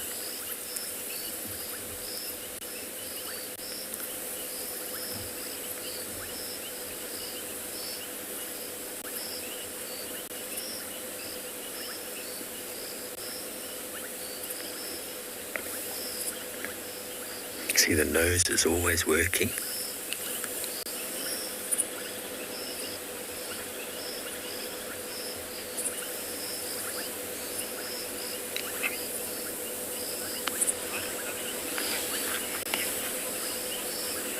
Melissa, buffaloes don't have a territory. They have a home range, so they move in response to the food availability and the water.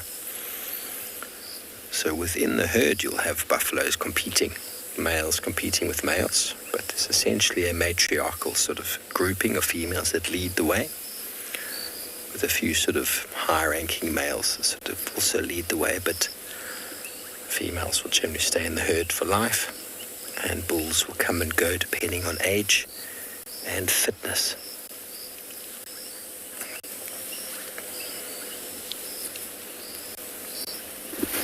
So nomadic, I think, is the right term.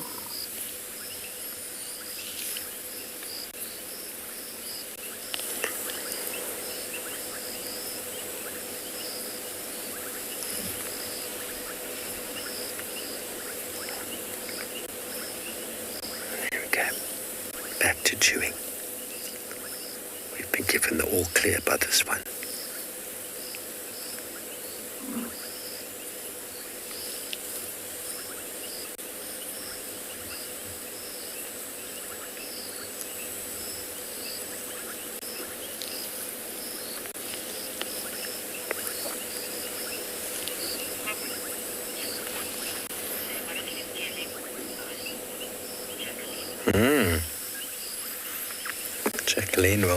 Jacqueline says that they scare her more than lions do. Buffaloes are potentially dangerous animals. They're big and burly. But Jacqueline, they won't eat you.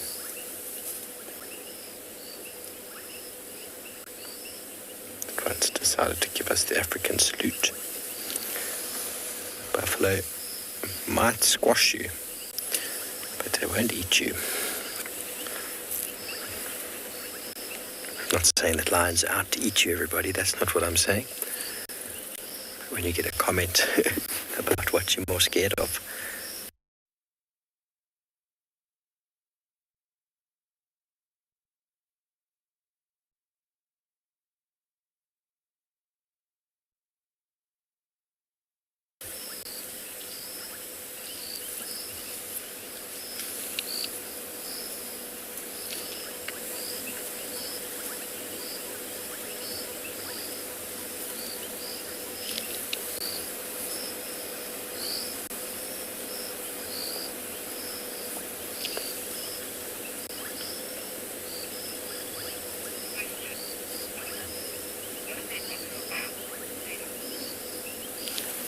Dot of the horn is made out of keratin.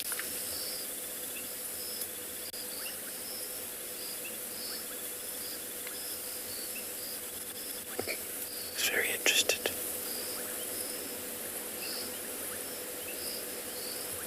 Look at that dripping nose.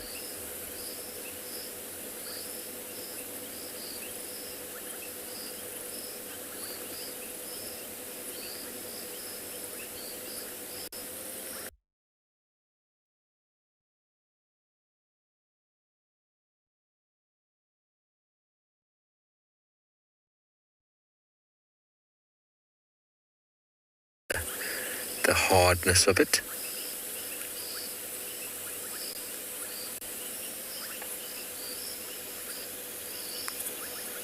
Am I mistaken in saying keratin? I think there might be another substance. I know that our fingernails are keratin and the rhino horn is keratin. Having a blank moment. Let me rehash the thoughts on that while we send you over to the west with Tswalu Kalahari and their cheetah.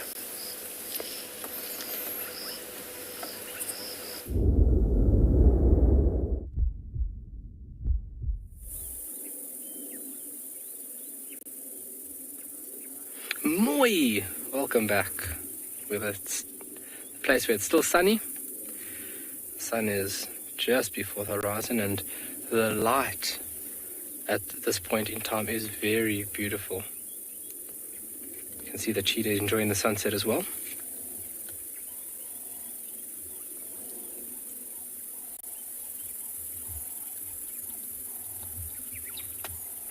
So just to clarify what we were talking about earlier about the extermination of large carnivores, it would have been especially for that of wild dogs. And between 1911 and 1934, more than £369,000 was spent on this activity of removing large carnivores. So a big drive.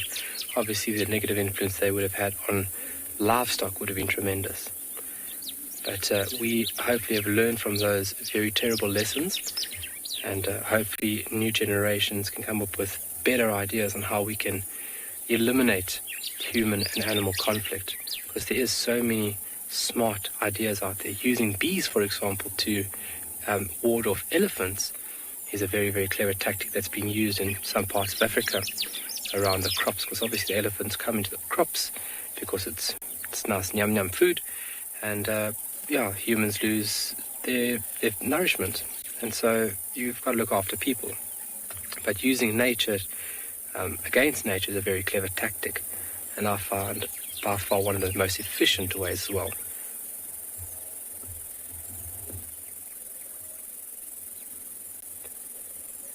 Got this cheetah looking very lovely, and the other brother is still relaxing in the thick grass over there.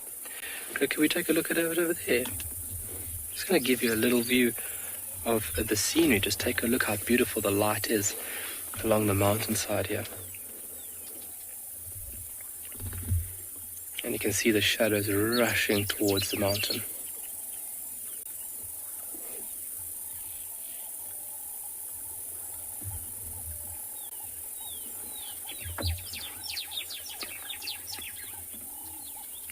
White-browed sparrow weavers claiming their rights.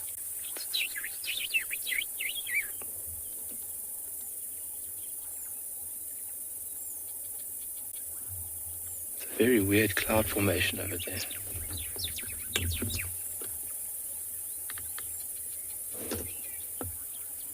Those lines, very strange looking.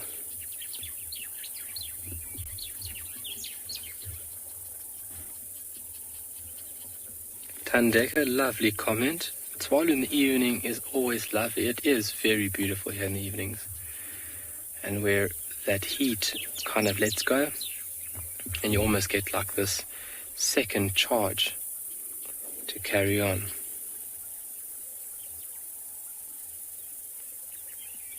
If you ever visit Tswalu or the region, it can be quite a shock to the system if you're not used to the heat, especially through summer.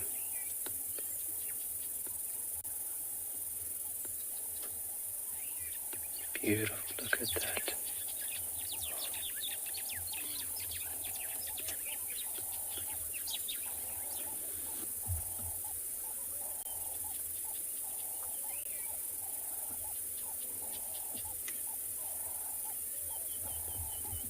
See the other brother just moving around in the grass just at the top right hand corner of this individual in frame. You can see his head moving every now and then a whish of the tail. So in there lays a cheetah, and you can just see the spots through the thicker green part of the grass. And that just shows you how those spots work so efficiently to break that animal up as a whole. Because if that animal was one uniform color, your eye would be able to pick it up very easily. Good afternoon.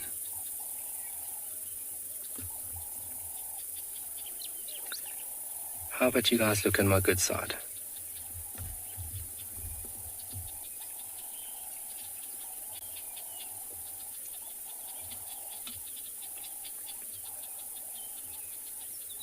So still keeping a very low profile, the way this cat is laying right now. And then the head upright, using that very, very acute sense of eyesight to pick up on available prey. Using sense of smell and hearing as well, but eyesight is by far the most dominant sense that this animal has.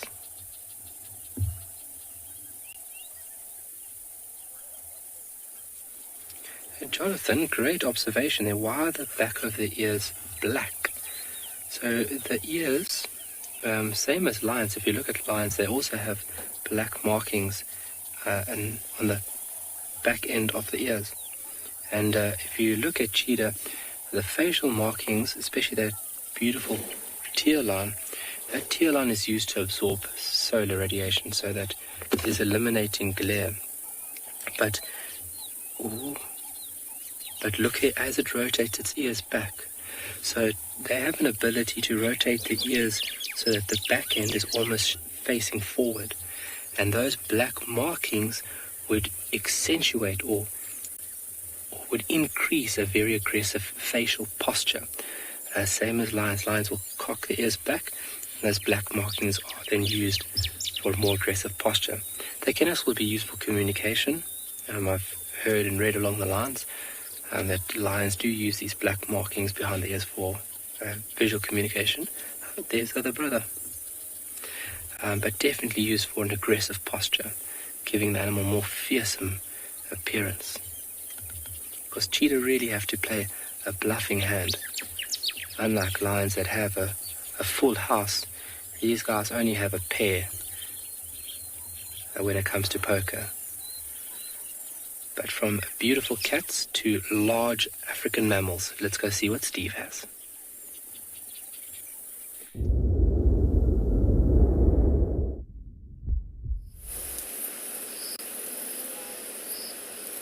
Thanks, Carl. Well, surprised you still need to have shade that side. It is dark here. And a herd of elephants was in the road a moment ago with a tiny little baby. It can't be more than a few weeks to a month old, but as is this time of year, they've gone off-road and they're lost to the wilderness. You can just hear, that is not the baby, that is a sub-adult or a 3-year-old, 3.5-year-old. There is a little baby. That's this one's younger sibling that is attached to mum's leg, quite literally. And there they go into the thickets. Well, the grass is quite long. It was in the road in front of us where the grass has been mowed. We got a good view of it. You see how short the grass is in front of us, but now that it's gone into the thicket, it's gone. Okay, well, we continue on in the darkness because you don't want to shine any light on elephant. Their eyes are quite sensitive, and you don't want to disrupt the youngsters at all. So we just move away quietly, and once we're away from them, we can go back up to our lights. Okay, what a wonderful afternoon we've had. I've thoroughly enjoyed it. Can you switch that light? You can turn that eye off. Otherwise it's a bit blown out, eh? Ah, there we go. That's better. Back in colour. Oh, the sun has arisen behind me. Still actually part of a breeding herd, lots of dung in the road, so another reason why we always drive very slowly is because herds can just materialize in the road in front of you. So I know sometimes it looks like we're driving quite quickly, but we never really are. Right now I'm crawling. I could probably walk at this speed. Fast walk.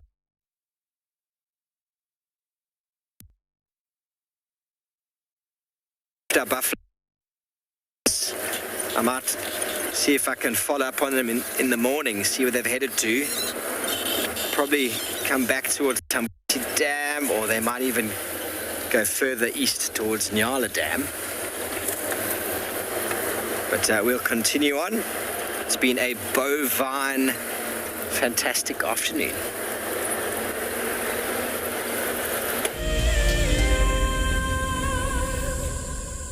This is Rusty. He's my favorite vehicle, and we've been through all the good times here in the bush. Now, if you feel a connection to Djuma Game Reserve like I do, then we have a fantastic opportunity for you. You can have your name engraved on a brushed metal plaque just like this one, and we will attach it to Rusty so you can always be with us on safari in spirit. We will even send you a digital photograph once your plaque is mounted on Rusty. Spaces are limited, so grab your spot now.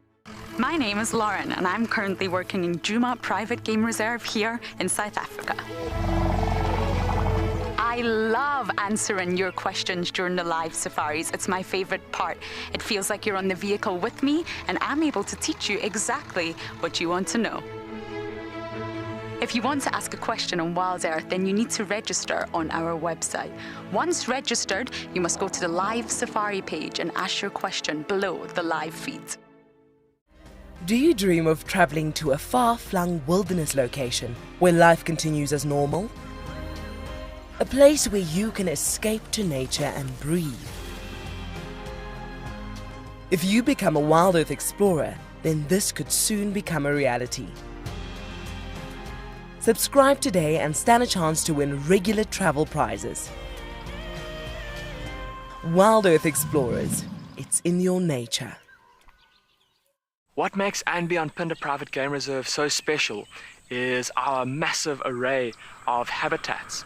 And with that comes, of course, a beautiful diversity of landscapes, but also an incredible biodiversity in terms of plants, bird life and animal life, as well as, of course, our conservation success stories with cheetah, with rhinos, now with pangolins too.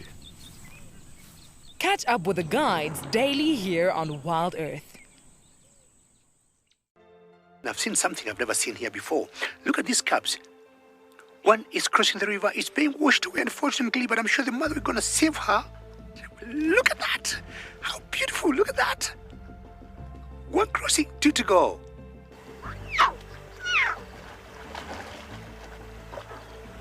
How cool is this?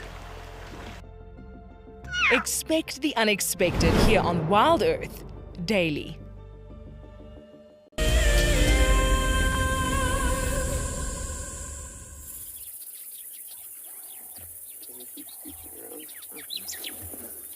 Yes, and we have a bit of movement. The brother that was laying out in the open has decided to move a little bit further, but continuously looking back at where his sibling is. Almost to say, come along, we need to go. And I think why they've been so lazy is because we're coming off of a full moon, and there's still quite a lot of light under the cover of darkness where these two boys will utilize this available opportunity. Same as the wild dogs.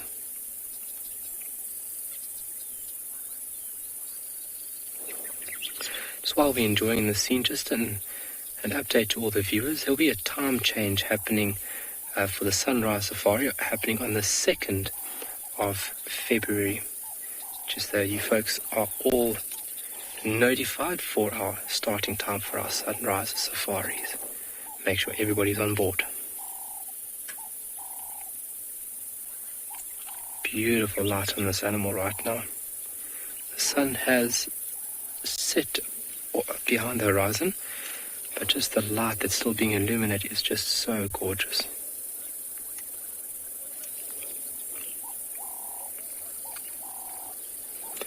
So the brother's now stood up as well. He's now sitting under the branches, and hopefully he will be en route to, well, I can't thank you guys enough for joining us on this sunset safari. Please make sure to join us tomorrow for more adventures here on Tswalu, and as well as the country, all our other colleagues. It's been absolutely incredible, and thank you for all the questions and comments and the time spent with us, which is the most important thing. So he should be on the move, and thanks to Craig. I hope Craig has a good time off. I'm going to miss you, Craig.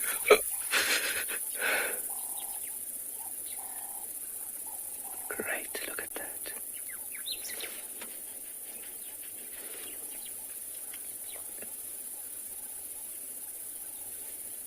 making his way straight to his brother. They do look fairly hungry. You can see the beginning there of the hindquarters. You can see how the tummy, from the chest, the tummy tucks up quite quickly.